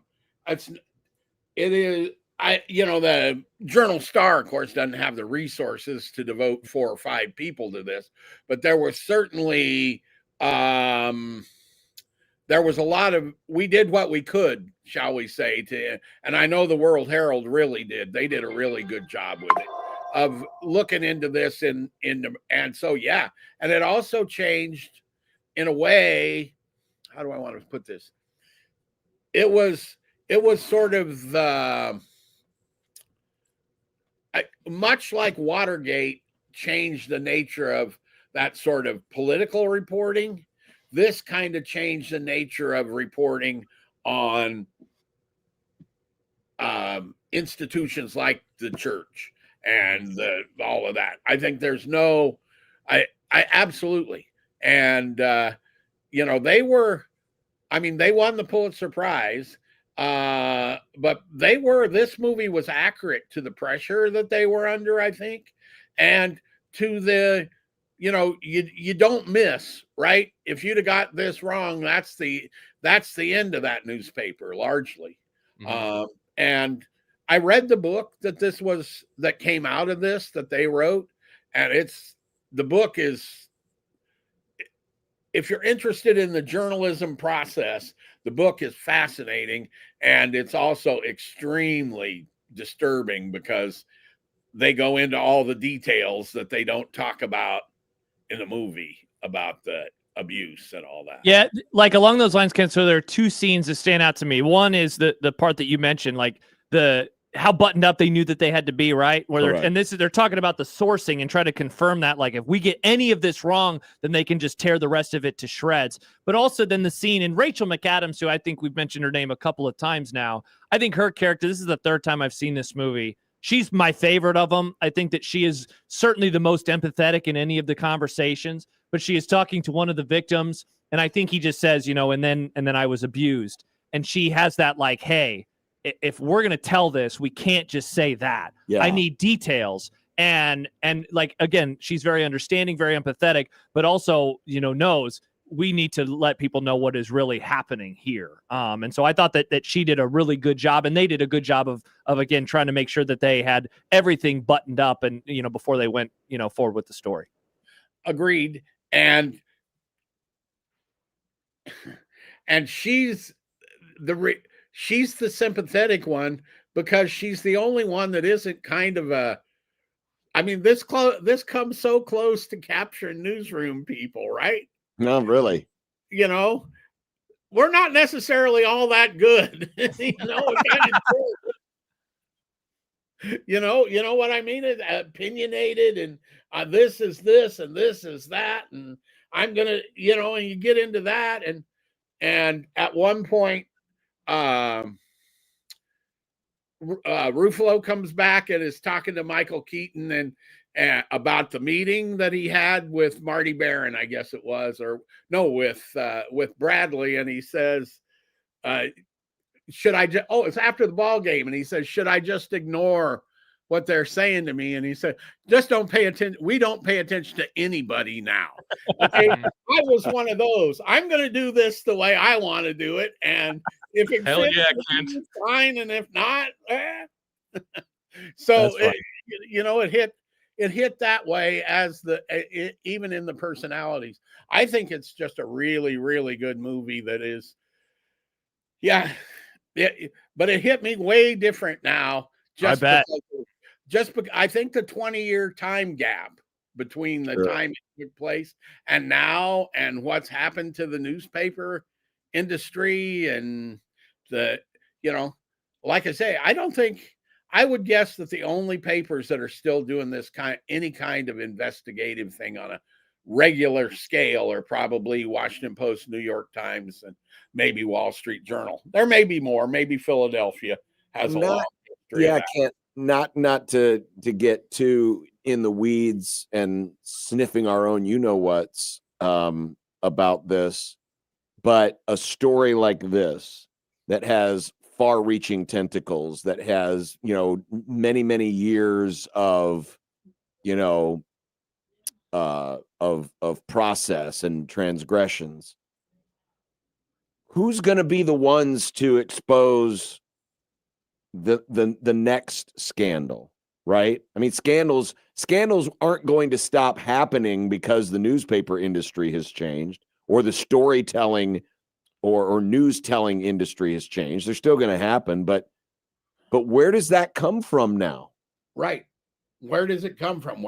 So you get somebody, okay, I'll give you, ProPublica does a very good job of the kind of journalism they do. But ProPublica isn't going to be on the streets of Boston, tracking down victims, right?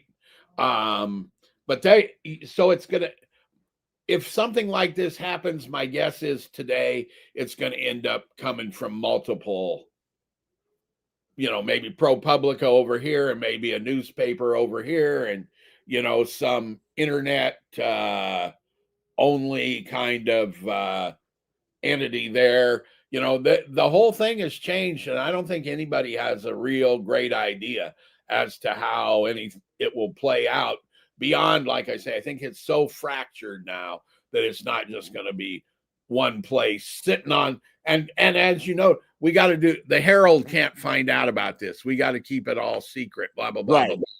Today, my guess is that once they had a minimal amount of stuff, it would get printed just out of fear that somebody else is going to, so it would have been exposed much earlier in the process that they showed, and that changes the nature of how things work.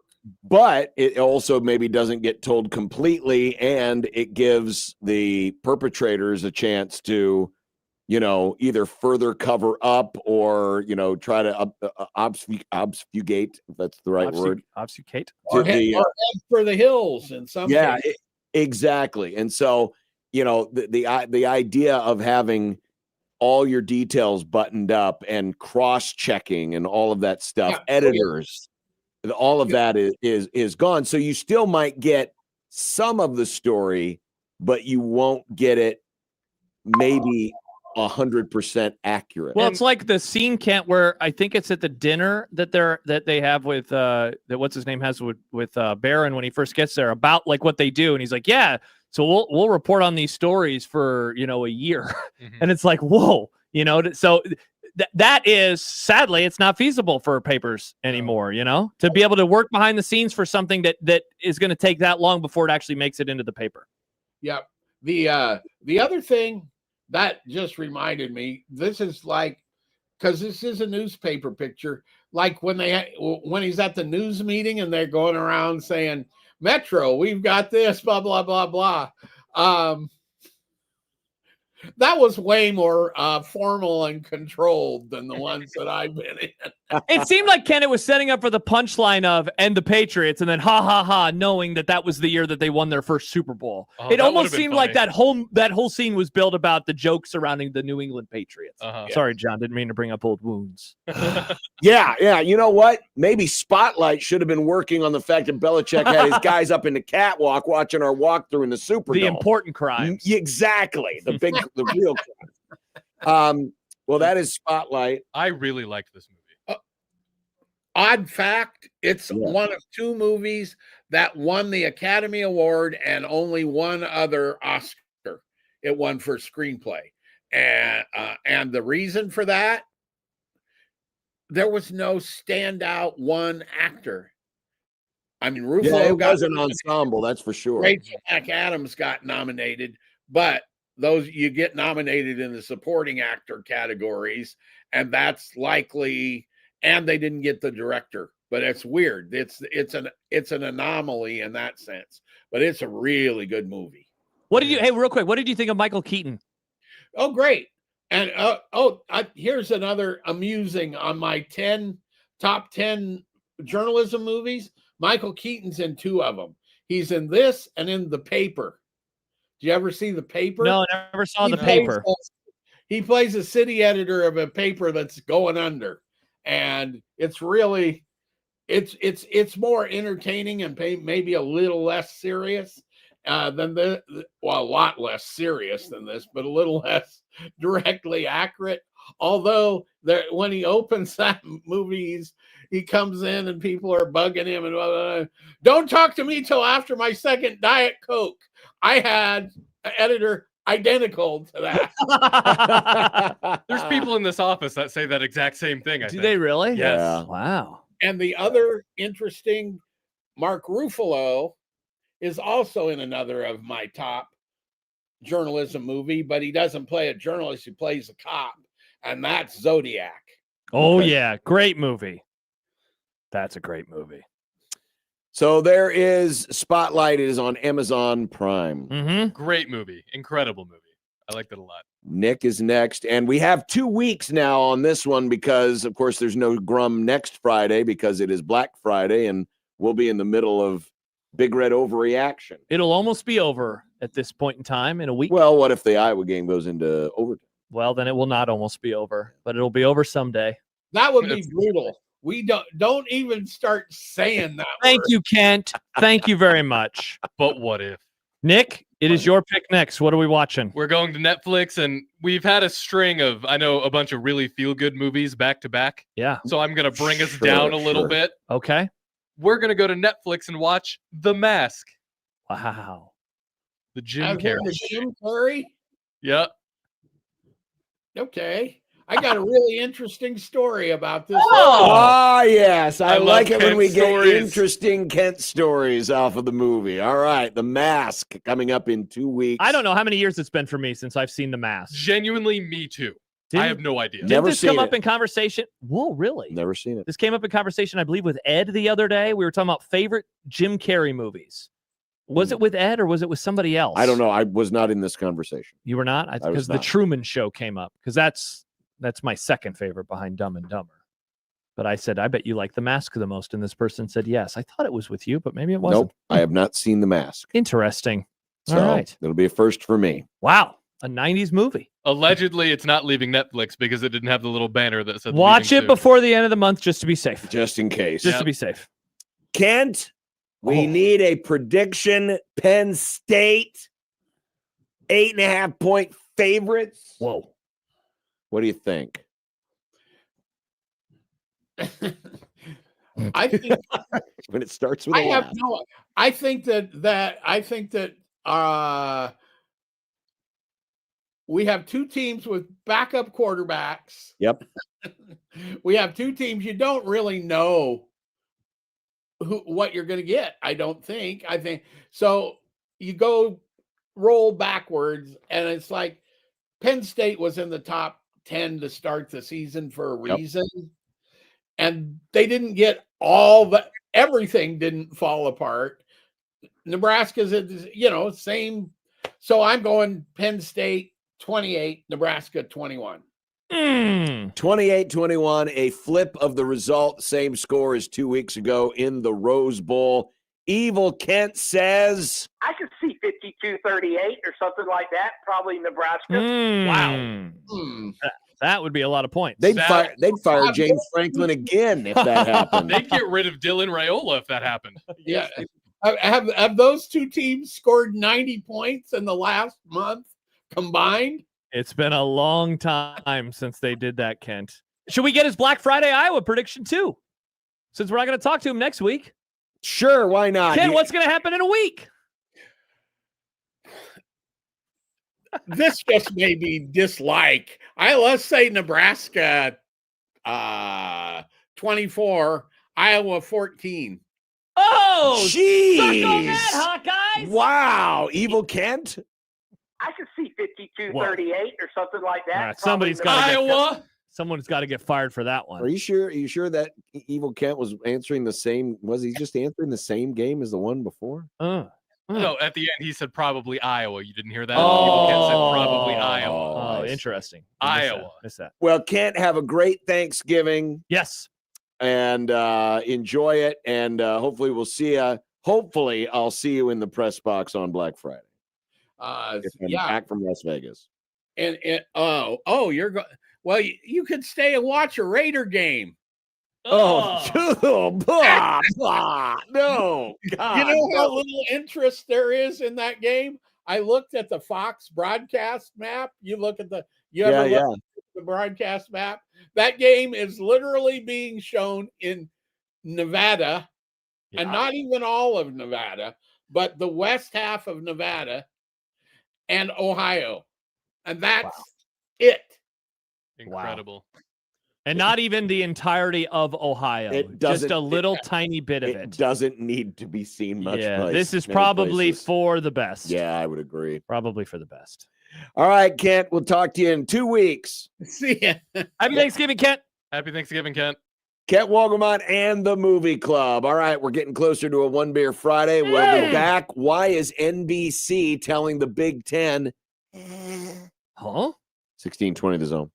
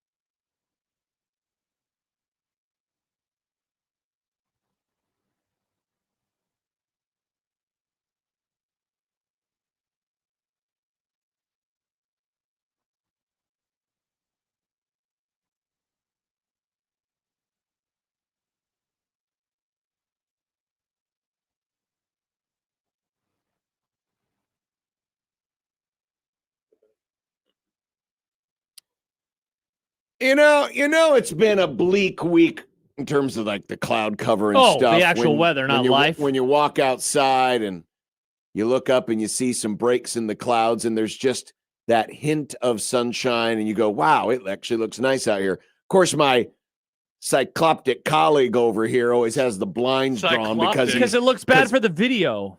What are you going to do when we move into our palatial new studio that has a lot of windows? Yeah, one of those walls is just window. Good joke. You're going to be in trouble. Good joke, first of all. Second of all, I will say we probably need some better cameras for this. It's not me. I don't think this is a camera issue. I think it's an internet connection issue. No, it's the camera. I'll open it. I think it's a you issue. The video looks I like think crap. you don't like people looking at you from your bad side. This is my bad side. Can we flip sides? I'd like to sit over where you are. No. Okay, well, there you go. I mean, I don't think you have a bad side. Wow, what a kind person. It's nice to work with one nice person. Nick, you forgot this part. Hey. Look at that. Look at that, though. Look. There's breaks enough in the clouds where it looks like it's almost sunny. God, that looks It's like almost a sunny in movie Omaha. before something really bad happens. I would rather have does. normal cloud cover than that. The glimpse of hope. What do you mean it looks bad on the video? Now I can see a little sliver where the cars are racing by guess on so. Todd Street. I Yeah. like the action of it. The action is the juice. It's like being on the Today Show where they got all the people walking outside going, "Oh, what's going on in there?" I do like that. Can we get Nick? Can we get a radio station that's downtown? Why don't you move us downtown? Well, We could have people that come see out, what I can hold do. up signs. These places used to be downtown. Fire rule. Oh, that'd look really weird on the camera. It looks good. The NRG media stations back then known as Wait Radio God, that would be good times. used to be downtown. By the way, sad Husker fan Never about visited Nick's those, movie but- club pick for 2 weeks from now. Oh, The yeah. Mask. What about it? The Mask is horrible. I almost walked out. Okay. I mean, I don't know what to tell you. Mm.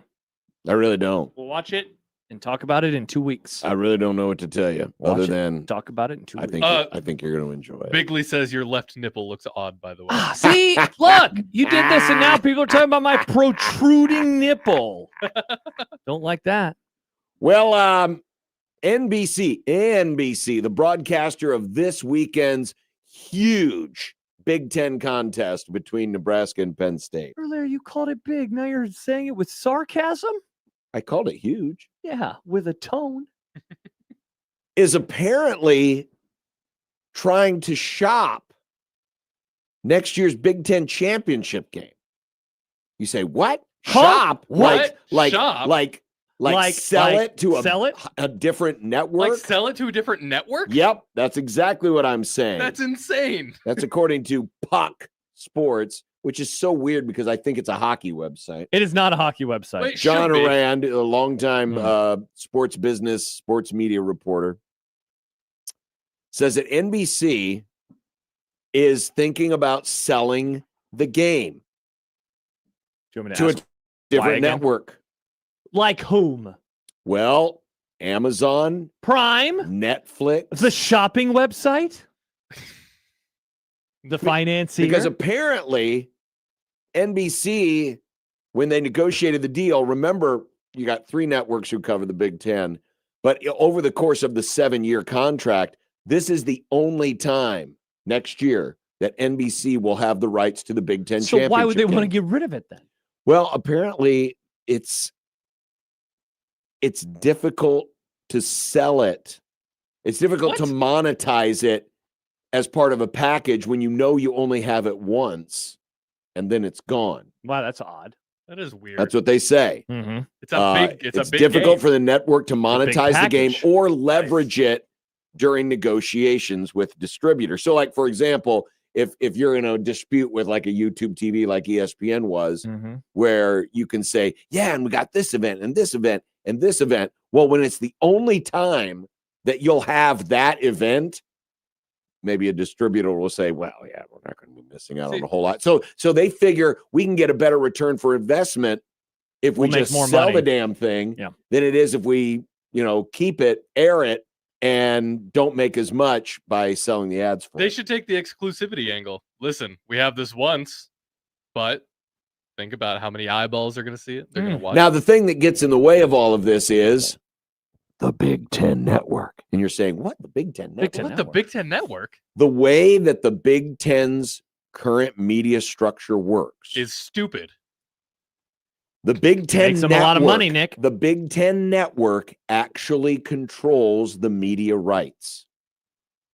To which you might say, well, then why don't they just put all the games on Big Ten Why network? don't they just put all the games on Big Ten Network? Because then you wouldn't make as much money. Correct. The Big Ten network, of course, is owned by Fox. Partially by Fox. It's owned, I believe Fox now owns 60% of the Big Ten network. Correct. Wow. So, and then, it's over half. So what happens is when CBS and NBC went into that room to negotiate doing Big Ten games, they were actually negotiating with the Big Ten network and Fox. Think about that. You're negotiating with your competitor. Crazy. It really is weird. And apparently, legitimately weird. Apparently, the Big Ten network is kind of frowning on this a little bit, saying, well, why would you want to get rid of this? We don't want you to get rid of this. And they have a little bit of say. See, there's been some awkward things happening with the Big Ten television contract. We spoke with Scott Docterman on Tuesday's Grum about the current setup, and there are obviously frustrations behind the scenes. I mean, I have to imagine there is all sorts of buyer's remorse from CBS. They let the SEC get away, and then they spent the money that they could have spent on the SEC on the Big Ten, and they're getting mostly mid games. Yeah. You know, this week is one of the few rare ones that they get this year. Few rare ones. One of the rare games this year that's an awesome matchup. Well, think about it. They've really only had two must-see games, and Indiana, Oregon, and they both feature Oregon. And now USC, nothing against Oregon, but when you got this deal, you were kind of hoping for, man, like think about never last get Ohio year. State, Think Michigan. about last year. What was the big game they had last year? Ohio State, Oregon. Oh, you're talking about NBC. Oh, that was yeah, NBC. Yeah, I'm sorry, that was NBC. But the idea being that you were wanting to, because you had all these great brands, that you would get a great diversity of big games like we're seeing on ABC and ESPN with the SEC. But the mid is so bad. The Big Ten mid is so mid. There's not enough good teams to go around, and so That's right. I wonder, like a theory that I have about this is there buyer's remorse from NBC? Because remember when the contract and first CBS. Remember when the contract first got finished up, and it was like, yeah, and NBC hasn't even signed the deal yet. And it was like, what? They haven't signed the deal, even though they're in agreement. They're going to be airing these games. So there's a part of me, man, where I'll be honest, this totally doesn't pass the smell test for me. And I wonder if it goes beyond trying to earn a little extra scratch on the game. Because I understand that. Hey, let's sell. Let's make a little extra. It's like flipping a house, right? Hey, we have this game. Let's flip it. Sell it to Amazon. Make a little bit more than we would have made ad revenue-wise. Because here's what I would imagine, John. If NBC does it, it would still be their guys. It would still be Noah Eagle and Todd Blackledge who would be on the call, just like this year, the college football playoff that's on TNT. It'll probably still be the ESPN personalities because that's what it was last year. But you can make a little extra money off of it. I don't know, though, man. There's just I think that this is going to come to a head with this league and these networks and the amount of money that they're getting for a product that, compared to the SEC, is not delivering. It's not delivering the numbers at all. You get Ohio State, Michigan, but only Fox gets that every year. And otherwise, it's kind of up in the air how many really, truly great matchups you are going to get. It's honestly why Nebraska needs to get its bleep together, because that is a brand that could help the league. Michigan needs to return to what they were a few years ago. Penn State certainly cannot have a drop-off. And I think Oregon and USC, they matter, but, for whatever reason, they maybe don't matter as much as some of those, teams do in the same area of the SEC. The poll is not the same. But you know what? The other thing too, man, geographically, Texas versus Ole Miss makes sense. Florida versus Oklahoma makes sense. Indiana, Oregon. Look, I'm going to watch that because I love college football. But if you're a casual fan and you hear Oregon, Indiana, what? It still sounds awkward. It does sound awkward. And half of the Big Ten games sound awkward. Ohio State's playing Rutgers. Rutgers has been in the league longer than any of those West Coast schools, and it still feels weird. Purdue playing Oregon, that crap doesn't make any sense. And I have to imagine that there's a part of it. Again, not for me, not for you, because we watch college football we have for decades. But for a casual who's just flipping around, Oklahoma, Auburn's probably going to garner a little bit more intrigue, than Indiana versus blank. Because culturally, they're a lot closer. Exactly. And there's something to be said about fit. So this is, I don't know. I feel like there are going to be a lot more stories like this over the coming years. Even fit, Nick.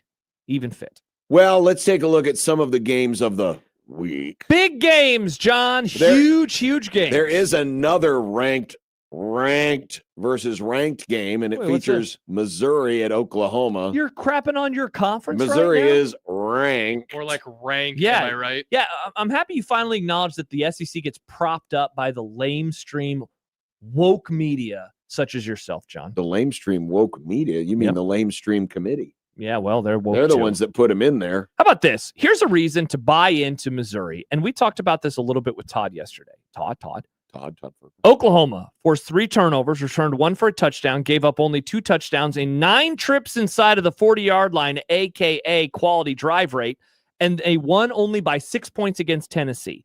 Then, last week, 3 forced turnovers, returned another 1 for the touchdown, blocked a field goal, and only beat Alabama by, a few points in Tuscaloosa. They were outgained by 184 yards as well. In their past 6 games, turnover margin for Oklahoma, +8 in 4 wins, -4 in 2 losses. Todd told us yesterday he thinks that this is going to come home to roost. He perhaps likes Missouri on the money line. I don't want to speak for him entirely because I don't think that he said that, but I know that he likes Missouri in this matchup. They're going to run out of luck. Mateer has not played well. He continues to really struggle since he's returned from that injury, but they're winning a lot of games. They can't lose, though. You got to keep winning if they're going to make it to the college football playoff. They got Missouri, and then they have LSU in the season finale. Here's the problem, though, with your premise. What's that? Those are facts, John. Oklahoma still won those games. I said they won them both on the road, and this one is in Norman. Maybe the fans will boo them. Why would they boo them? What if they lose? Boo. Well, first they have to lose, but it says boomer sooner, John. Boo. In order to lose, they must play poorly. I mean, Missouri's got a good running game. Great running game. But guess what? Oklahoma's pretty good against the run this season. Is Pribula? I always forget. Is it Pribula or Pribula? Is he playing? He's What's going on with him? Yeah, he's back, folks. They're saying he might be back, I folks. don't think so. Okay, you don't like what they're reporting. You don't like what the Spotlight team is reporting here, apparently. Miami and Virginia Tech. Now, the only reason I bring this up, Miami still has an outside chance of getting to the ACC title game. Oh my gosh, but they've got to win stuff. out. SMU's got to lose at least one, and Pitt has to beat Georgia Tech. Here's the other thing I would be watching out for, and that is that Miami might be going for style points. Oh, yeah. They need to, man. They need to impress some people on the committee because that team is struggling to get enough respect. Mm-hmm. So they can be in the same pod. Nice. With Are they Notre Dolphins? Dame. Yeah. Got them. Another game that still has some conference championship BYU odds. Cincinnati? Well, it's actually Kansas State and Utah. That is weird to And say. Utah they're not far from being an at-large team. Mm-hmm. But right now they are in third place, 5-2 record. They need to win out. BYU needs to lose out. TCU needs to beat Cincinnati next week. Also, look ahead spot for Michigan. They almost looked ahead to Maryland last week. Dude, probably should have lost that game. If Big Ten refs would have actually seen the dang holding penalty, they would have. Dude, I'm saying it. I like both Maryland and I like Rutgers tomorrow because Michigan and Ohio State traditionally in these spots have looked ahead. They have looked ahead. Remember when we talked about the Maryland game a few weeks ago and said, hey, they got all these interceptions, but a lot of them came against one team. And then Dylan proceeded to throw 3 picks. Maryland leads Power 4 with 18 interceptions. And we know that Bryce Underwood had a little issue with ball security last week. Just saying, keep an eye on it. Okay. Pitt, Georgia Tech. Dude, hey, Did Pitt overlook Notre Dame so they could get ready for Georgia Tech? Remember what Narduzzi said? We could lose by 100. I don't care. This game doesn't matter for us in the conference Which race. I'm sure it really made the game day folks happy. Seriously. You better, Pat Narduzzi, show up then and be ready to play in this one. You cannot lose a week after saying that and then getting run off the field. You show up, you get run off the field again. Like, he is an unlikable person, but he's won a lot of games. Don't go be losing this one, Pat. By the way, if Georgia Tech wins, they clinch a trip to the ACC title game. Panthers are out altogether. Pitt needs to win. Then it needs to beat Miami. And then they need some help. And then they still need some help. Yeah. Hey, a couple things real quick about two other games you mentioned before we get to the big one. Brendan Sorsby, 26 of 41, 2 touchdowns and 3 picks combined in the losses recently to Utah and Arizona. So he's got a rebound, certainly, in the Big 12. And then you mentioned Michigan. How about this, according to Bill Connolly? They have underachieved against the SP Plus projections in 5 of the last 6 games. 5 of the last 6, and the spread is 2 touchdowns. Bill has Michigan winning by 9.5 points, I think it was. So again, that's one to keep an eye on ahead of, the big one next week versus Ohio State. All right, so now USC and Oregon. Jaden Mayava. Oh, he good. 8th best among FBS quarterbacks in PFF. Mekhi Lemon, probably going to lift a trophy or 2 this year, known as the Blitnikoff. Best grade among all FBS wideouts. He's got 1,100 receiving yards, most in the Power 4. But the Ducks this season have the 2nd best coverage grade in the country, only behind Texas Tech. Hello. They got Dylan Thieneman, the former Purdue Boilermaker, who has been a huge difference in that secondary. They got a couple of corners, Kennedy and Finney, top 15 in coverage grade. Another interesting factoid. Oregon loves to run their quarters scheme. Runs it at the highest rate among all Power 4 teams.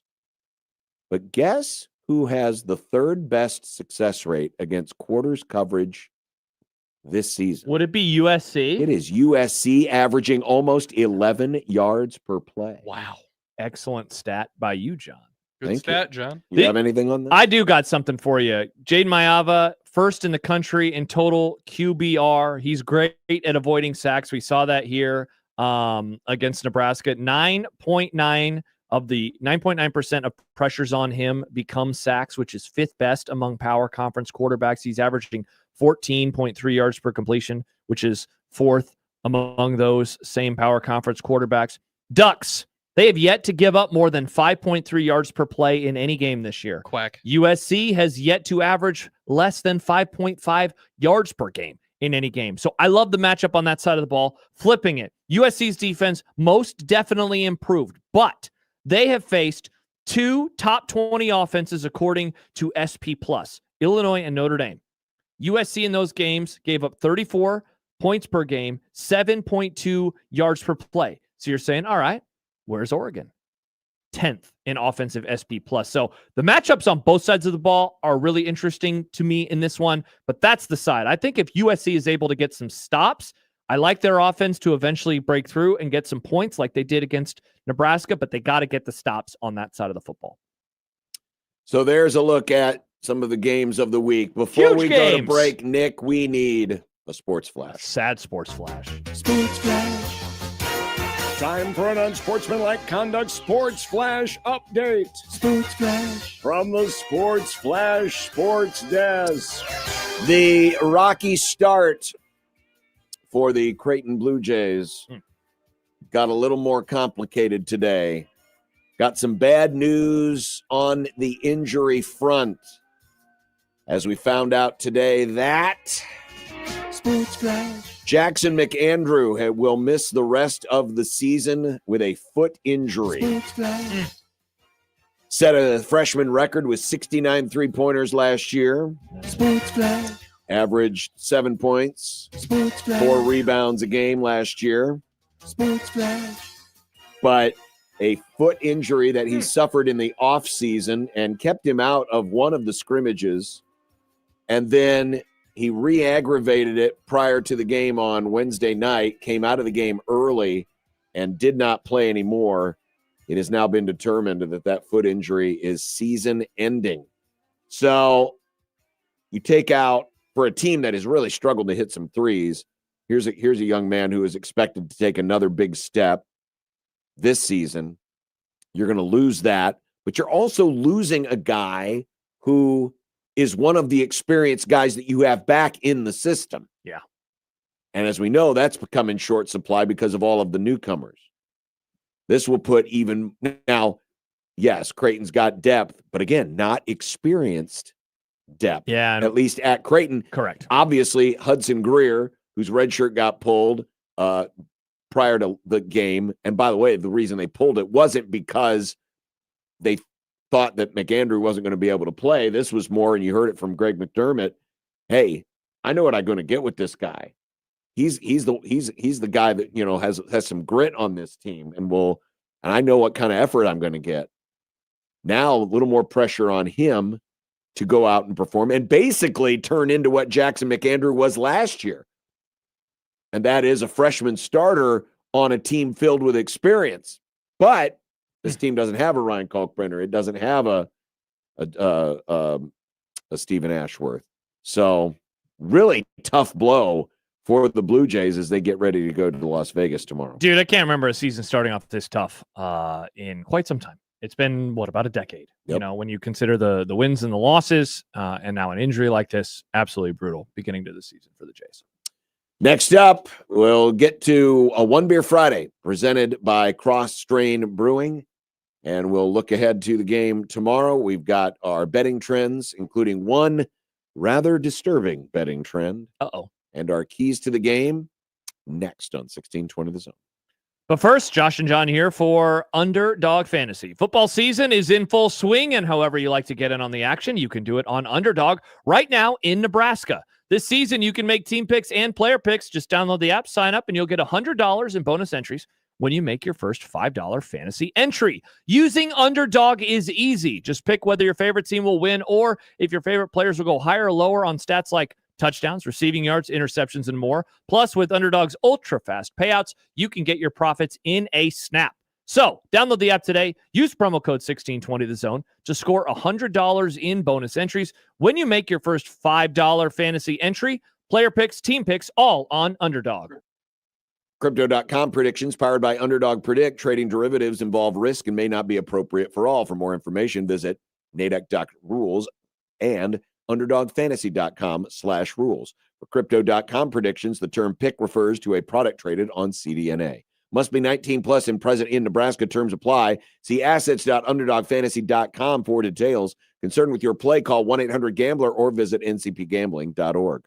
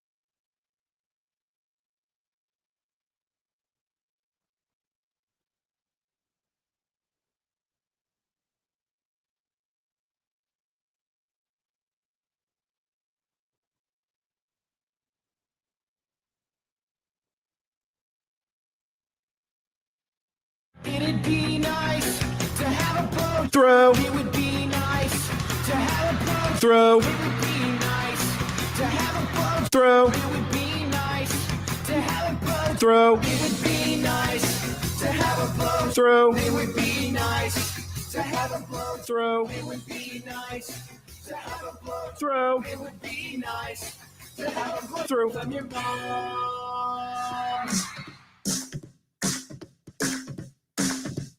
I drank beer with my friends.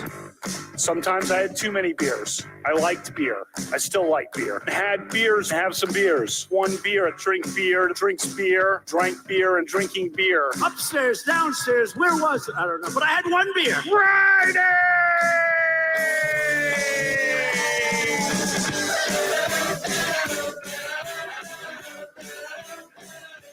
You probably have beer center each week. Ralph Club biggest contributor. Yes, I like beer. I don't know if you like beer, Senator, or not. What do you like to drink? Next week. I had one beer. Friday. Hanging out and having some beers with friends, which I gladly do, and which I fully embrace. Well, you think it was nope? It was one beer. Friday.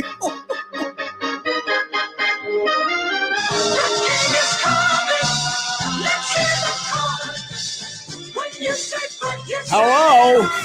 You know, I was watching an episode of Mad Men the other day, and old Donnie Draper was listening to music on he was listening to music on AM radio. Yeah. How did that go? I bet he was miserable. He's like, man, this could have sounded really interesting if this would have been on a little bit clearer and I wasn't listening through staticky power line. Well, don't say that because we are now airing music on an AM station. Well, yeah, we just played the Chelsea Dagger, which is the theme baby. of One Beer Friday, brought to you by Cross Drain Brewing. Don't forget, take a picture of what you're drinking, send it to us, use the hashtag One Beer Friday, and we can hook you up with $25 gift card to Cross Drain, the official brewer of the official beer, craft beer of Huskers. That would be that stuff up there, Corner Crush. I know what's going on. I love it that it is a One Beer Friday brought to you by Cross Train. I love it that we will be airing Christmas music in the year of our Lord 2025 on 1180 Santa Baby. Wait a second, Nick. I thought that was 1180 The Zone. It's now 1180 Santa Baby. Like the song. Santa Baby. Sing the song, John. Now,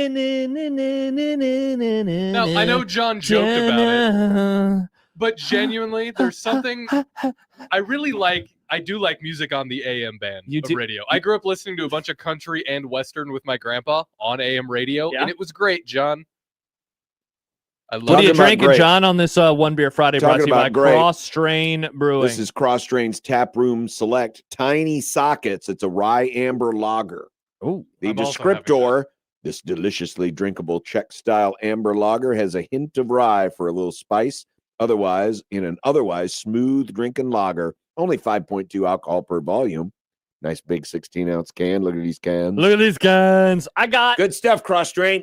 Gas station cheeseburger. I just put out a photo on Blue Sky, so go check out what I'm drinking on Blue Sky because I'm banned on Twitter. Does it taste like a gas station cheeseburger, or does it just have the general vibe of a gas station cheeseburger? Why not both, Nick? Why not both? I've never had a gas station cheeseburger. Do you want fries with that? I like gas station cheeseburgers. It's a bit of a guilty pleasure for me. Do you really need a gas station cheeseburger? Probably not, but we'll be damned if they don't hit the spot. Packed with juicy flavor and regrettable life choices, this beer is exactly what you need when the craving hits. Hell yeah. The sandwich I can't remember what it was called, but gas station sandwich. It was like it was like one of those cold cuts with cheese that you would warm up in the microwave. And then the bread, of course, got real chewy. Chuck wagon? That's it. Yep. The Chuck wagon. I love the idea of naming a sandwich the Tummy Buster. I loved and yet hated those sandwiches all at the same time. Well, I love this beer. This is back in the days before gas stations had like kitchens in them. Yeah, now they're all and sold delicious things like Casey's Pizza. The gas station across the street, they have gas station cheeseburgers in their cooler, similar to a Chuck wagon. In a cooler? Mm-hmm. A cold cheeseburger? Well, no, you put it in the Yeah, you microwave put it and in you the heat it up. Oh, I see. That's how it used to work back in the day. Unironically, I like gas station cheeseburgers. I get a craving sometimes. I like gas station cheeseburger, the beer. What are you having, Nick? I'm having the same as John, the tiny sockets. It is time to take a look at the betting trends for this ball game, Nebraska and Penn State. Let's do it. 19th meeting. Nebraska leads the series 10-8. Take that, Penn State. Screw you. Now the Lions do have a 6-3 lead in games played in State College, but since joining the Big Ten, the scoreboard reads Nebraska 4, Penn State 1. Whoa. The only time they lost was Mike Riley's last year. For folks of a certain generation, many call them greater than the greatest generation. Wait, is that true, John? From 1979 to 1983, this was a very influential series. They played 5 consecutive years in games where both teams were ranked inside the AP top 20. Nebraska winning 3 of the 5, including 42-17 in 1979 in Lincoln and 44-6 in the inaugural Kickoff Classic, what I like to refer to as the revenge game from when that beady-eyed, four-eyed, pocket square wearing, high pants wearing, black cleats with a dress shirt wearing, absolute fraud of a coach paid off to referees in 1982. You didn't even get to the bad stuff with him. I didn't want to go for the low-hanging fruit. I know. Josh. I'm proud of you, John. You're an amazing human being. Even though it happened under his watch. Yikes. K. Ford says 27% chance of winning. But interestingly enough, Parker Fleming, his computer says 27-26 Nebraska. What on earth? Even the computer nerds are at odds. I love it, Nick. I love weird scores. I know you do. Well, speaking Weird of the score, odds, pervert. as Han Solo once said, never tell me the odds. He said that to C-3PO before they went into a big worm mouth. Huskers are 8.5-point underdogs, total of 44.5. Nebraska slowly climbing back towards 500 against the number. They're 4-5-1 this season. The spread differential is plus 11. They are 2-5-1 against the number versus the Power 4. Penn State, though, this year, bad. 3-7 against the spread. Their spread differential is minus 60. If that spread was something you'd put on toast, it would be margarine or Vegemite. Wow. Closer to Vegemite. Since 2002, Nebraska's 5-2 versus the Lions. Nebraska's covered the last 3 meetings. Now, the Huskers, sadly, are in a familiar spot as a road underdog in the month of November. They are now 7-22 straight up this century after the win 2 weeks ago at UCLA. But as an 8 or more point road dog in the month of November, Nebraska is just 2-11 straight up since 1998. The wins are over Iowa in 2022 and Colorado in 2005. So that's the restore the order game and the game before Matt Rule was hired. Wow. What a stat. Nebraska is 6-4 versus the number, but Josh, that's not the stat. No, it isn't. That should concern you. Josh. Wait, really? That's not what's the one that should concern me. Because as an 8 or more point November home favorite since 2002, Penn State is 27-1. They have lost one time. Who was that? Oh, that doesn't even count. It was COVID. It was Maryland That's in 2020. a pretend year. Well, it still happened. The Dodgers still won the World Series. Alabama still won the title. Yeah, see, that's the thing, though. The normal things that happen during COVID are allowed in sports. Scott Frost, people are like, oh, but COVID, that's why they sucked. No, they always sucked. This was a rarity until this year Penn State was good. Wow, that's a great stat, though, in all seriousness. 27-1.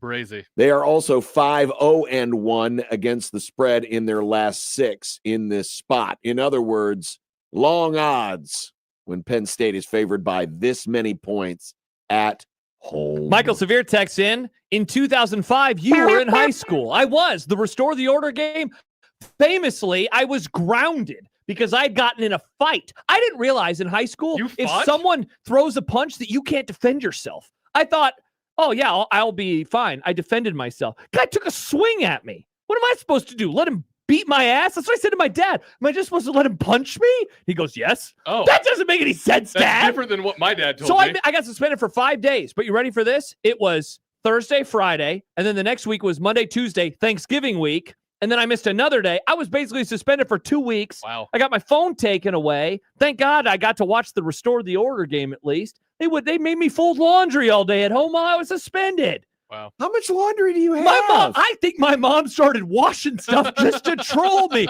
You got to do more laundry. I had to fold so many things. I'm folding stuff I don't want to be folding, John. Oh, were you You folding? saw your mom's bloomers? Is that what they call them? Were you folding things that Michael Severe would have said? I'd be happy to fold these. Hey, Michael, why are you putting that in your pocket? My dad always told me never throw the first punch. Yeah, Severe says turn the other cheek. I didn't. I turned and then I responded with we were sliding. It was icy. It was the wackest ass fight of all time. I bet this looked like the weakest fight ever. He was sliding on the ice. I've seen better fights. Historically, in games like this, where a team has closed with the home team favored between 7 and 9 points, the team like Penn State has won 72% of the games, which is better odds than what Penn State has just historically been, right? Wow. So at least there's that. Yeah. All right. Screw you, sad Husker fan. My parents are awesome. He said my parents suck. I like your parents. Well, they disciplined you. We and I all understand know that. the biggest mistake my parents made were not letting me watch Mark McGuire hit 62. And your dad turning you into a Cowboys fan. Okay, that's another one. And also not letting me watch the end of the 2001 World Series. But then they woke me up for both of those baseball moments. Why don't I like baseball? Because they didn't let me stay up late. Anyway, keys to the game. Let's get to them. I got 4 of them for this matchup tomorrow. The first one, make it easy. John, and I'm talking about for everyone. Matt Rule, Dana Holgerson, players on the field. They put TJ Lateef in advantageous spots 13 days ago. So if you count passes and rushes, he had 20 touches. Now, I know he touches the ball every play, but 20 traditional touches across a very limited number of 54 offensive plays. Dana Holgerson put him in great spots. Things were very easy. Of course, Emmett Johnson had the performance of his career, putting up over 230 yards. He scored 3 touchdowns. He made it easy. His receivers were catching the passes. They all made it very easy. Can they replicate that against a better defense, in a better environment, a tougher environment, overall with worse weather? Again, that game that he had, it couldn't have come at a better spot for him to begin his career, given his familiarity with the Rose Bowl. Key number 2, Walter White. Mr. White. That said, let him cook. We have seen the Penn State rush defense get absolutely carved up by running quarterbacks. We spoke about this yesterday with Steve Jones, who will be on the call tomorrow night for the Penn State Radio Network. Nico Iamaleava, Mark Gronowski, they led offenses that rushed for 269 and 245 yards, respectively. We know that TJ has some mobility to his game. We know that he has some scoot to his game. I want to find out tomorrow night how big of a weapon his legs can actually be. So if there's a defense where you can learn and find that out, I think that Penn State might be the one. Let him cook.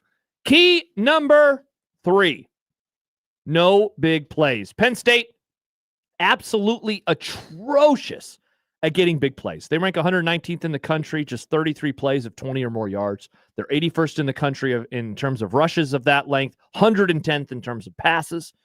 Nebraska, they've allowed 20-plus yard rushes 12 times this year, which is 71st best. That said, though, they're tied for first with 14 passes allowed of that length. They're 6th overall. How, though, do you allow for a crowd that has not cheered a whole lot this season to get going? Big plays. Keep the whiteout crowd silent in State College. In particular, John, the thing I'm worried about most, Katron Allen, along the 67 this year. He's closing in on 1,000 yards rushing. Nebraska's rush defense, of course, has really struggled at times this year. No big plays. Finally, culture. Talked about it earlier in the show. This is a culture game for Nebraska. This could be a culture win for Nebraska. Massive opportunity. If they are going to show that the growth is real and that they are building towards something, I think that this is a win that you want to put into that back pocket as you move on into the portal season, as you move on into the offseason in general. I don't care that they are close to a 10-point underdog. Why can't they get a win in this spot? If not now, when? If Nebraska is better, if the culture is improved enough, it should show itself against a program, again, without their head coach. Nebraska's played teams without their head coaches over the last few years. Sadly, they've lost a lot of them. Yeah. Michigan State, Michigan earlier this year. Like, that's another loss on the ledger that I just wouldn't like. Nebraska has a full-time coach who just signed an extension. Can't lose in this spot. Make it easy on TJ Lateef. Let's see what TJ's got with his legs. Don't allow for the big plays. Get a freaking culture win. My 4 keys. First key, slippery in tight spaces. Hello. Oh. Penn State is 116th in missed tackle rate. Can Nebraska, thanks to Emmett, take advantage of that? Emmett, by the way, and mainly it's Emmett, but Nebraska in general, they're actually 14th in avoiding tackles, missed tackle rate. If Nebraska is going to win, Emmett will play a big role, and his ability to be slippery in tight spaces could be the perfect fit against Penn State's less than sure tacklers. I know Penn State was better last week. We talked to Steve Jones, their play-by-play voice, 2 days ago. But that'd be like me saying, well, Nebraska's pass rush was good against USC. They fixed the problem. No, they really haven't. I mean, it's a season-long deal. And if anyone's going to make a team look like themselves again, it's a guy like Emmett Johnson. Now, Penn State is good in defensive yards before contact, so they are getting to their spots. They're just not finishing the plays. So be slippery in tight spaces. Of course, we all remember the great late 1950s television sitcom, Ja'Cory Barney, Where Are You? I don't even know that reference, and I know It's a lot Car of old 54, references. Where Are You? It should be What's Car Car 55. 54? That was an old TV show, very old TV show. Let him cook, Nick. It's an old TV show. It should have been Car 55, Where Are You? Because it's been 55 receiving yards in the last 5 games. Nice. It's almost like he's been written off as, well, he'll get his in the return game. Well, those opportunities have been in short supply as of late, and so likely will it be against a good special teams unit like Penn State has. The offense is very Emmett Johnson-centric, which isn't a bad thing, but it has come at the expense of other guys. We showed you the wide receivers chart of the last 4 games earlier in the Grum. I think there's got to be a better effort to get Barney the ball. I'm still waiting for a jet sweep or something that utilizes him in motion to get him the ball, to allow him to get some yards after the catch. Okay. Ja'Cory Barney, where are you? These last 2 might be my 2 biggest keys. You could have done a Scooby-Doo reference. Everyone knows that. I don't care. TJ and Dana behind the chains. Penn State is going to do something that UCLA could not, and that is put Nebraska behind the sticks. Last week or 2 weeks ago, Nebraska was consistently ahead of the chains against UCLA. Do you know how many third downs Nebraska's offense saw in the first half? 3. Woo. And do you know that the number of touchdowns they scored? And do you know that all 3 of them were 2 yards or less to go for the line to gain? Wow, that's awesome. What a stat. In their first 4 meaningful drives, which includes the first drive of the second half, in which they also scored, they saw 3 first downs, scored 28 points, and pretty much had iced the game away. Nebraska didn't face anything above a 3rd down and 5 until the 4th quarter. So what's going to happen when Nebraska's in a 2nd and long or a 3rd and long? Do they just cut bait, play for field position, get Archie out there to punt? Do they put the ball in TJ's hands and trust him? Do they hope Emmett changes the situation with another great play? How Nebraska manages those situations where you are not ahead of the sticks is going to tell you a lot about their confidence in TJ and could tell us about how this game goes. One other real quick thing, scrambles. I predict if Nebraska is going to win this game, TJ Lateef is going to have at least two third down conversions using his legs. That's how, if Nebraska wins, he'll have at least two of those third down conversions where he made something happen with his legs. And the final key, I'm stealing, Hodor. Hold the door. Oh, now I'm sad. Penn State ran 50 times last week at Michigan State. 50. Nebraska's had 4 games this season where they barely ran 50 total plays. Seriously. Nebraska is one of the worst teams in the nation holding up between the tackles. We talked about this before the USC game. And what did USC do? Ran between the tackles, and they gashed Nebraska. A lot of chunk plays.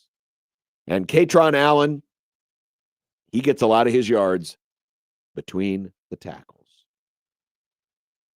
You're not going to stop Katron Allen. But I think if you can get the occasional stuff play and put Penn State behind the chains so that Grunkemeyer has to throw the football when he doesn't want to, you give yourself a chance. Even still, let's say they get a stuff play on first down, they still might run it on second and long. So you got to hold up between the tackles even on those downs where you think it is a passing down, because those could end up being critical. And there are my keys to the game. Coming up next, we'll predict it and a lot of other things as well. And another shocking result. If the earth ends this weekend, it's because Nick will have won a 3rd straight week of predictions. What? 16-20 the zone. So apparently,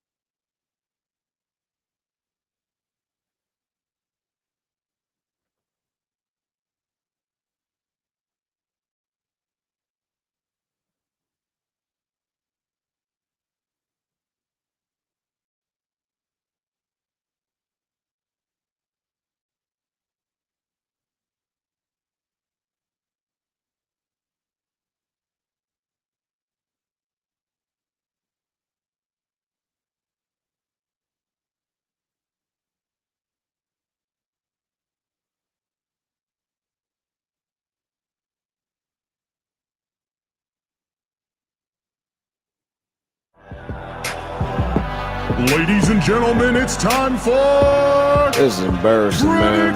What happened? It's just embarrassing.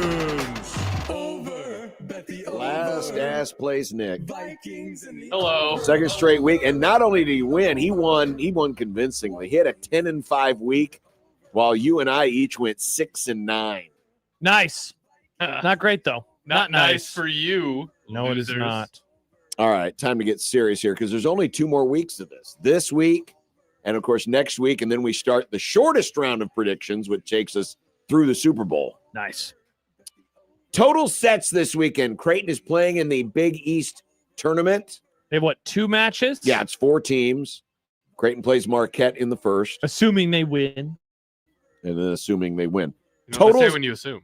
Total sets that Creighton plays this weekend in Milwaukee, which is Algonquin for the good land. Nice. Nick, as the winner last week, you get to go first. Total sets? Total sets played. 4. Wow. So you think they're going to lose? Yeah. 6. I'll go 7. Okay. All different numbers. Nebraska takes on Indiana. How many sets will it take? Indiana's 3. ranked top 3. 20. They're ranked. I know. Big whoop. Hey, I agree with you. 3. I agree with you. Hater? Nope, that's last week's, Nick. That's last week's? Why is every... All right, well, we won't, no graphics today. Canva is making me Canva upset. sucks. I know. Damn it, Would you Nick. please tell me how many sets Nebraska's 3. going to need? We got to 3. get to Jack Mitchell. I know. 3. Jeez. 3. What did you say? I said 3. Okay. So we're all at 3, right? Yep. Yeah.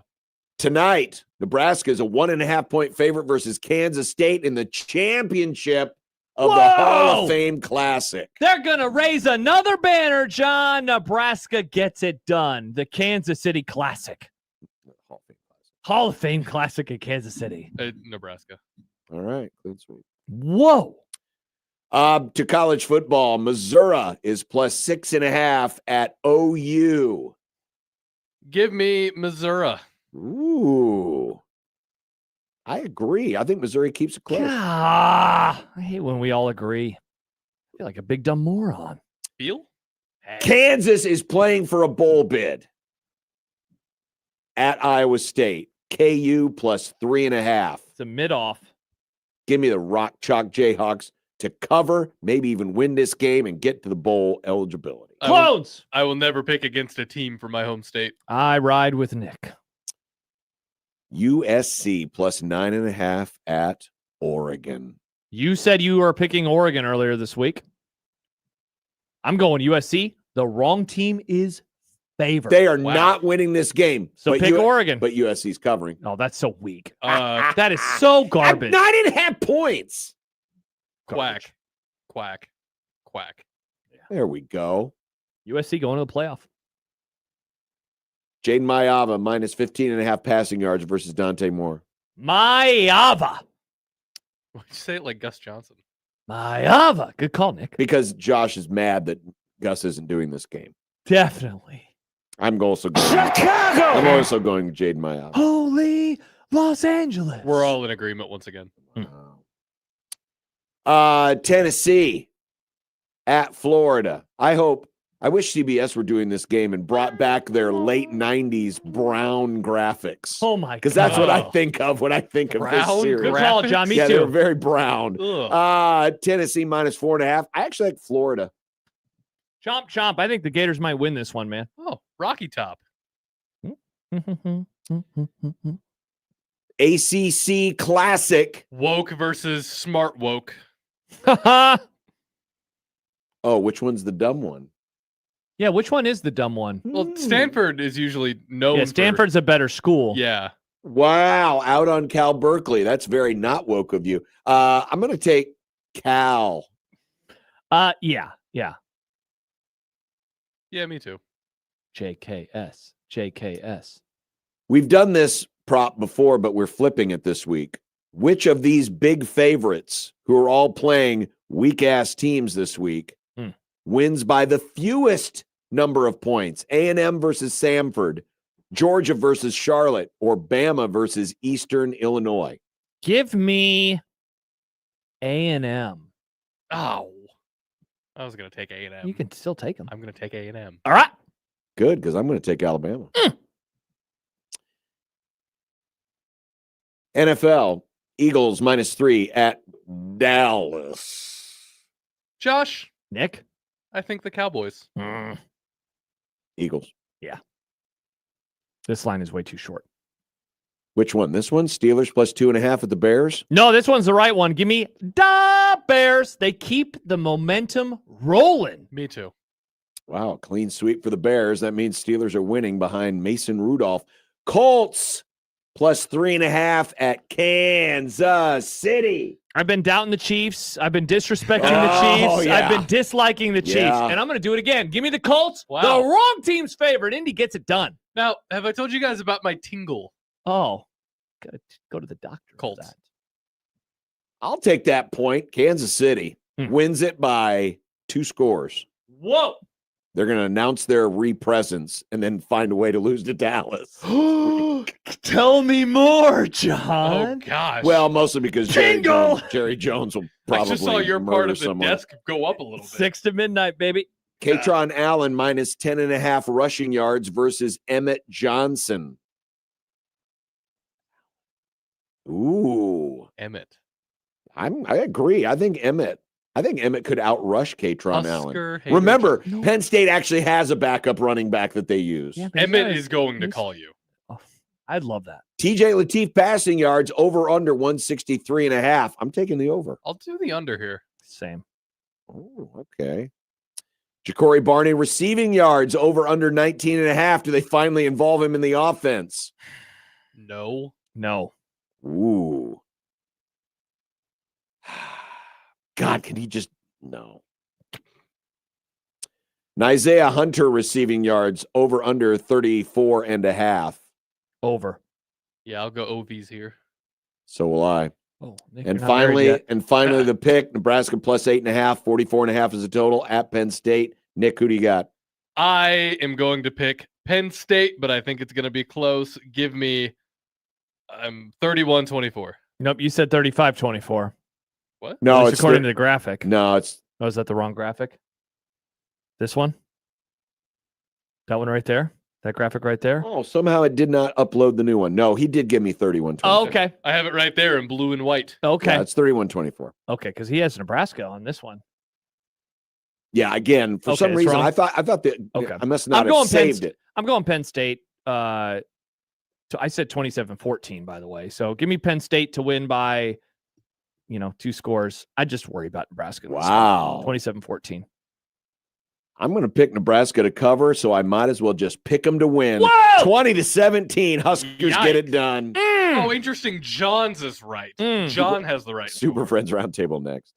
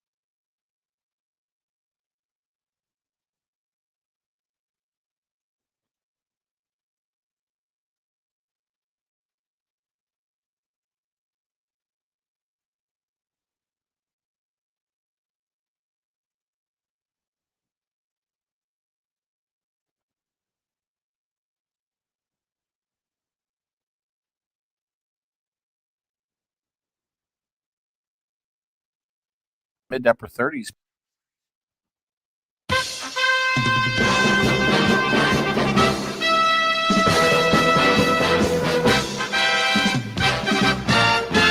Severe Weather Center, I'm meteorologist Bill Rentschler. Live and local with the issues that matter to the capital city. This is Drive Time Lincoln with Jack Mitchell. Capital city of Lincoln, Nebraska. Crime town. No, it's construction town. Wait, is that Omaha too, though? Handshake meme, Jack Mitchell. Yeah. Great restaurants and road construction. Wait, no, you're talking about Omaha only on the great restaurants part of it, Oh, right? no, I was saying they shaking hands on both. Oh, they are? Omaha doesn't have a Slim Chickens, to be fair. That's definitely true. Wow, it's amazing in this conversation because let me get on a soapbox for a second. Oh, here we go. We only have 20 minutes this segment, Jack. Here's the problem. John won't defend me, and he should, but he won't because you're a turncoat. You know why. No, I'm not. I just said they shake hands on it. Well, of course, I believe in Lincoln restaurants. I always have these conversations, the Omaha restaurant scene, which, so many great restaurants in Omaha. Bigger city, more restaurants, all of those. But they also don't have any idea what the good restaurants are in Lincoln. And don't give me your jokes. I know what joke you're going to say. Don't even say it. But as the purveyor of a tournament that John and I started a decade and a half ago, I've gotten pretty well acquainted with some of the holes in the walls and the mom and pop shops and the really good different sorts of ethnic foods that are here. And it'd just be nice if you guys did your homework sometimes. It's disappointing. That's all. I do like that Popeyes on 48th Street. There it is. Yes. And if you get cake in the jar at Slim Chickens, you can keep the jar. I do like chicken. Unbelievable. There's a football game. Let's talk about it. Did you guys ever do on Dumb Debates the thing where you probably not, but you should, what your top 10 most sat in drive-thrus of all time are? But when the Burger King closed over here on 48th here in Lincoln, I said, I think that's in my top 10 have sat in that drive-thru, like specific locations of specific restaurants. And then, Jack, you know what a fun part about that is to think about restaurants that you used to go to. Maybe, you've basically lived in one spot in Lincoln your entire life. But for me, I grew up in North Omaha. And so there was a Burger King that I went to a ton until early college that I have literally not been back to in 20 years. But man, if you asked me this question, Jack, in 2008, that Burger King on 30th, oh my gosh, those breakfast croissants, very high on the ranking. You keep it in the top 10. That's the interesting question on this whole thing, right? It might. It honestly might. Man, I'd have to break this down by town, because I don't know. Shoot, that is a tough one. Yeah, you do love Fremont. Yeah. I know my number one. My number one is in Amigos. I'll guarantee that. I don't. It's which location. There's three that kind of contend for it, depending on different parts where I lived of my life. But yeah. Yeah, that's a tough one. I'm gonna have to really think about that. I'll think about that on the way home. 2 weeks. Yep. There we go. I'll think about that one on the way home. We talked about this at the beginning of the show, Jack, but I'm curious what your thoughts are. Is this game bigger in reality than it is on paper? On paper, it doesn't look like a big game. It's a 7-3 team against a 4-6 team. It's not getting a lot of attention nationally, even though you've got two of the top 10 winningest programs on time. But is it bigger than that? Than just, it's two named programs and that's about it? I think so. I do think so for a variety of reasons. And they're kind of, I don't know if they're sort of intangibles, but I think they're reasons. I think one of them is if Nebraska wins this game and gets to 8 wins in the regular season, right? And with a chance to get to 9 in the regular season next week, you're starting to get into territory. You're getting pretty close to territory where, while I don't know how you define Matt Rule year 3, there is pretty clearly, despite the foibles of the year, a step forward between year 2 and year 3. You lose these next two, and I think you can debate that more based on schedule and based on a variety of things. But man, if you get this one and lead that into Iowa, if you get both of them, I think you can't argue it at all, to be honest. So you've got that, I think, number one. I think number two, if they win, it continues to bring, and I don't know if this makes it a big game, but I think a pivotal game in terms of what happens. It obviously, how many people have said to you guys, including myself, hey, I'm going to wait to decide what I think about the quarterback situation next year until I see another 2 games, right? Yep. And obviously, if you keep that going, it could be very pivotal, at very least on people's opinions about the next year. And the other thing, John and I talked this morning, and Nebraska fans should be celebrating this. There should be, I listened to Otson's pep talk today, and it fired me up. I appreciated that. Whatever happened to people getting fired up and well, kind of, let's beat these guys. Come on, let's give it to them. Nebraska can continue what you can almost say is dominance of Penn State since they joined the Big Ten. Dominance of Penn State. We should be having a whole lot more fun with that, guys, because, again, I don't want to take you back to the olden days, but there was a time, oh, Penn State. Before I knew how to hate Oklahoma, I knew how to hate Penn State. I'll tell you that right now. Hey, Jack, you said something there about TJ Lateef, and it was a question that I wrote down this morning that I wanted to ask you. Is it possible for TJ Lateef to play well and Nebraska lose? And is it possible for TJ Lateef to play poorly and Nebraska win? Essentially, I mean, I'm asking you about the importance level of his performance, but do you think that the team could overcome a sophomore slump of a second start, or there's no way that they lose if he plays well again, right, in his second career start? I mean, I think he could play well. I think he could play relatively well, and they could still lose. Because of the defense?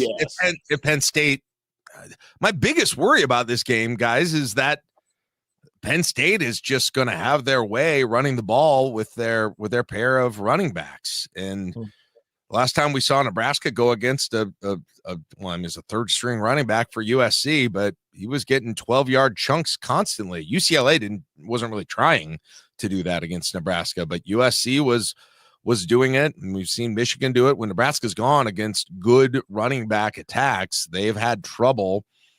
They've had trouble getting stops and not giving up big chunks of yards, and so I think that could happen, and the offense could still. I think TJ Lateef could still play well enough with this whole thing, but what if the Nebraska rushing game is stuffed? Now, the inverse of that, I have a hard time seeing Nebraska win if he doesn't play well, to be honest, on that as well. The way that what that would look like is special teams and defense are creating points, I think. Or he's got a couple of picks, but Emmett Johnson goes for 250 yards rushing or something like that. Those are those scenarios, but I think that's less likely, to be honest.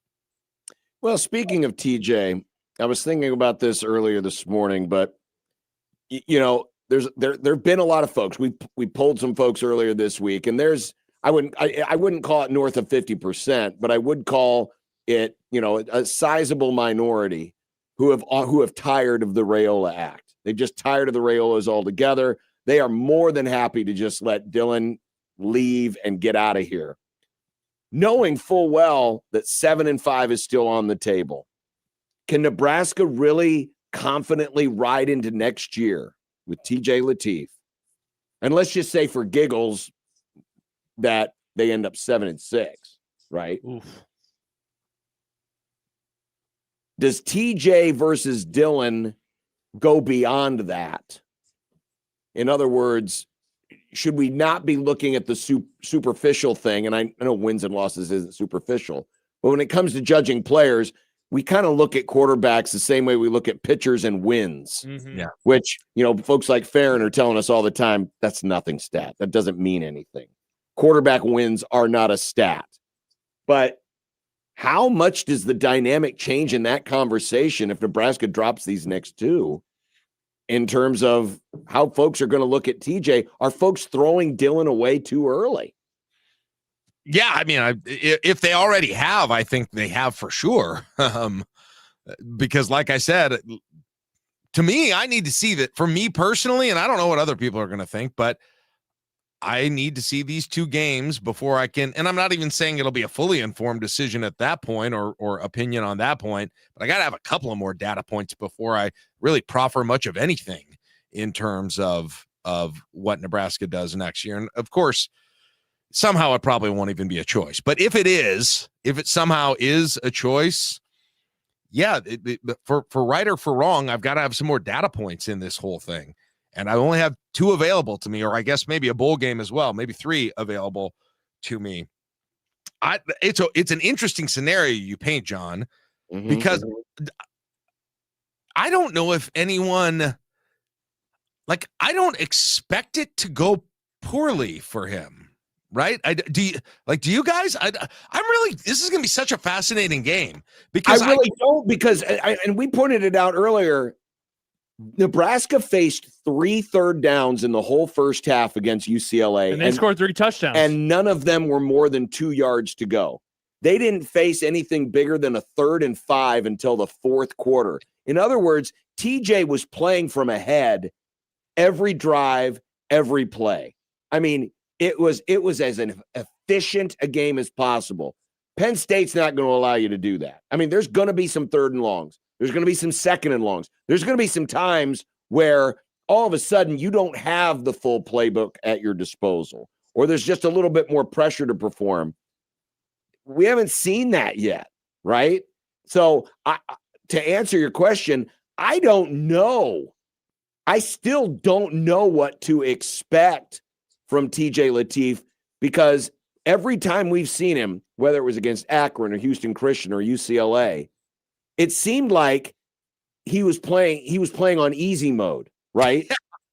Right. He was playing on easy mode. He really was. Yeah. That's why that is the most fascinating thing about this game. You finally get to, I beat the computer 73-0 8 times in a row, but now we'll see how good I really am when I put it up to All-American mode on this whole thing. Here's the reason, though, why I think I've gained confidence in him, because after the USC game, I think a lot of us said at that point, well, yeah, now you see why some of us were skeptical, right, about Lateef. And then it flipped immediately, didn't it? And then it flipped because all of those things seem to be pretty. Number one, maybe, I mean, USC didn't have necessarily a world beater defense, but I think all those came because he just was thrown into that position so quickly. The game plan wasn't developed for him. He probably wasn't fully mentally ready for that moment. How could you be in that situation? And to the degree that was a concern after the USC game, I didn't see those things against UCLA. Okay. So that's one check mark. The other concern for this offense more generally is again, the biggest Achilles heel that it's had is that the pass rush is just swarming it to a point that it can't operate in any meaningful way.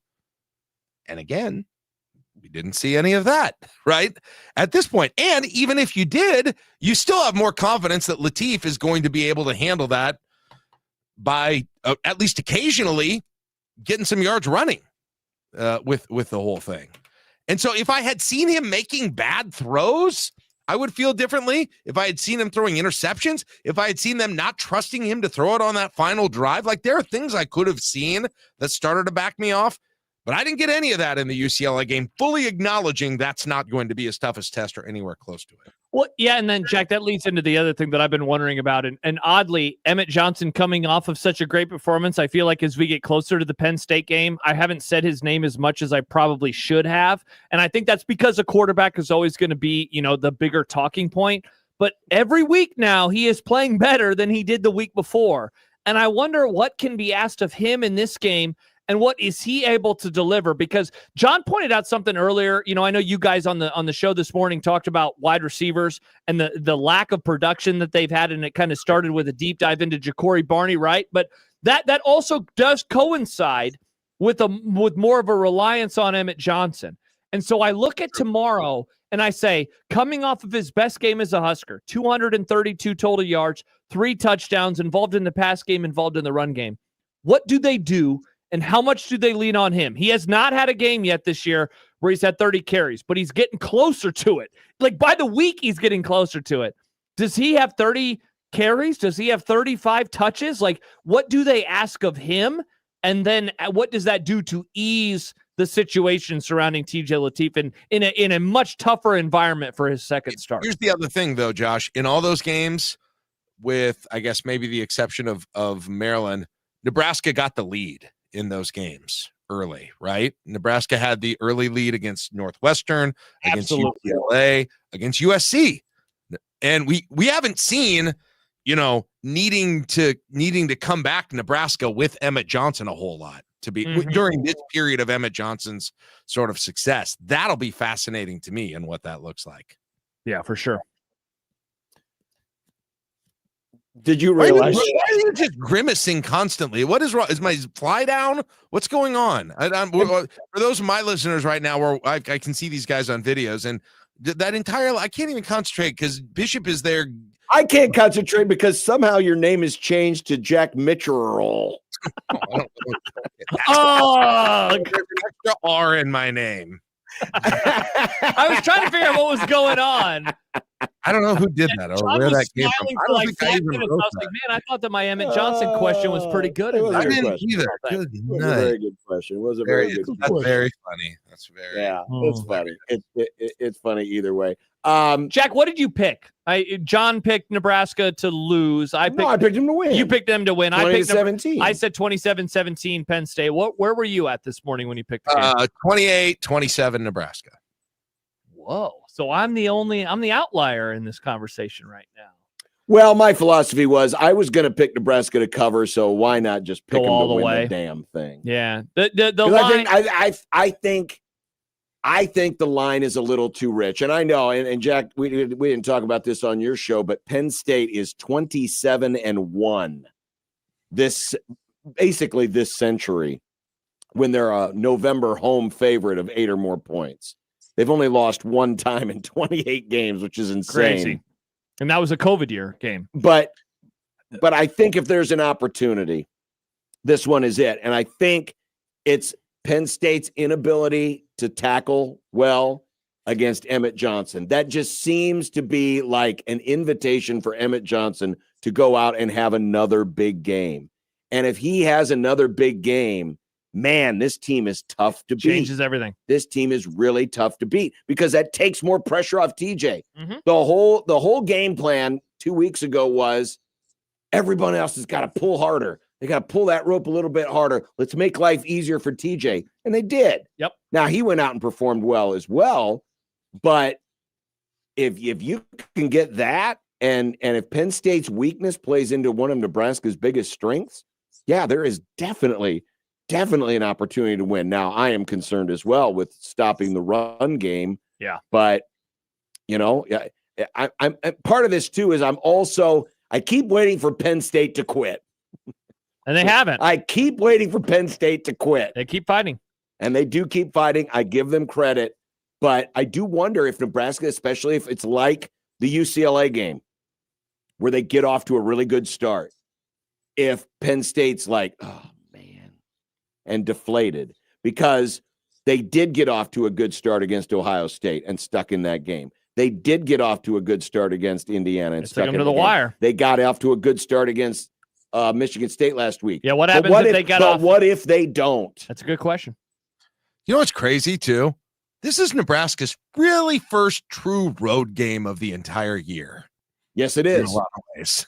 Which is an insult to all those great Minnesota students who stormed the field. Yeah, I suppose Minnesota to some degree, but I'm sure that was, they haven't had anything close to this. And I guess I don't even know what it'll be like in there during the time, but that's crazy. Here's the one parting thought that I'll give you, right? And I get everybody's pointing out, rightfully so, right? They beat Michigan State, did Penn State, almost beat Indiana, kept it close with Ohio State. They also haven't, I guess maybe with the exception of Michigan State, they haven't really run away. They haven't resoundingly beat any opponent that's kind of in their neighborhood. Those were too last week, Jack. Like that game was close for a while. That's a good point. So like that, I think, if Nebraska would be the first team they did that to, I would be surprised also. Should be fun. I think it will Should be a lot of fun. And I think it'll be quick. I think if there's ever a chance for a college football game in the year of our Lord 2025 to go under 3 hours, this one's got a chance. Let's do it. Thanks, guys. We'll see you next time. All right, there you go. That's it for me, everybody. That is Jack Mitchell from our sister station in Lincoln, and that puts a bow on the week. Don't forget, got a lot of stuff coming up this weekend. Of course, Overreaction will be on after the game with yours truly and Connor Happer.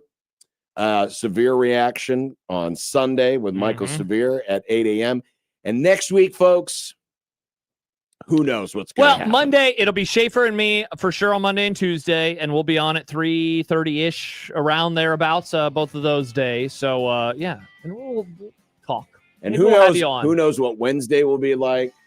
We're just vibing it out. By the way, don't forget to go to 1620thezone.com. We got multiple contests. The Steel Panther is in the Bluffs for their Feel the Steel tour. Rascal Flats, all sorts of stuff right now at 1620thezone.com. So have yourselves a wonderful weekend. Enjoy this weekend, and we'll talk to you next week here on 1620 The Zone. Bye. Goodbye.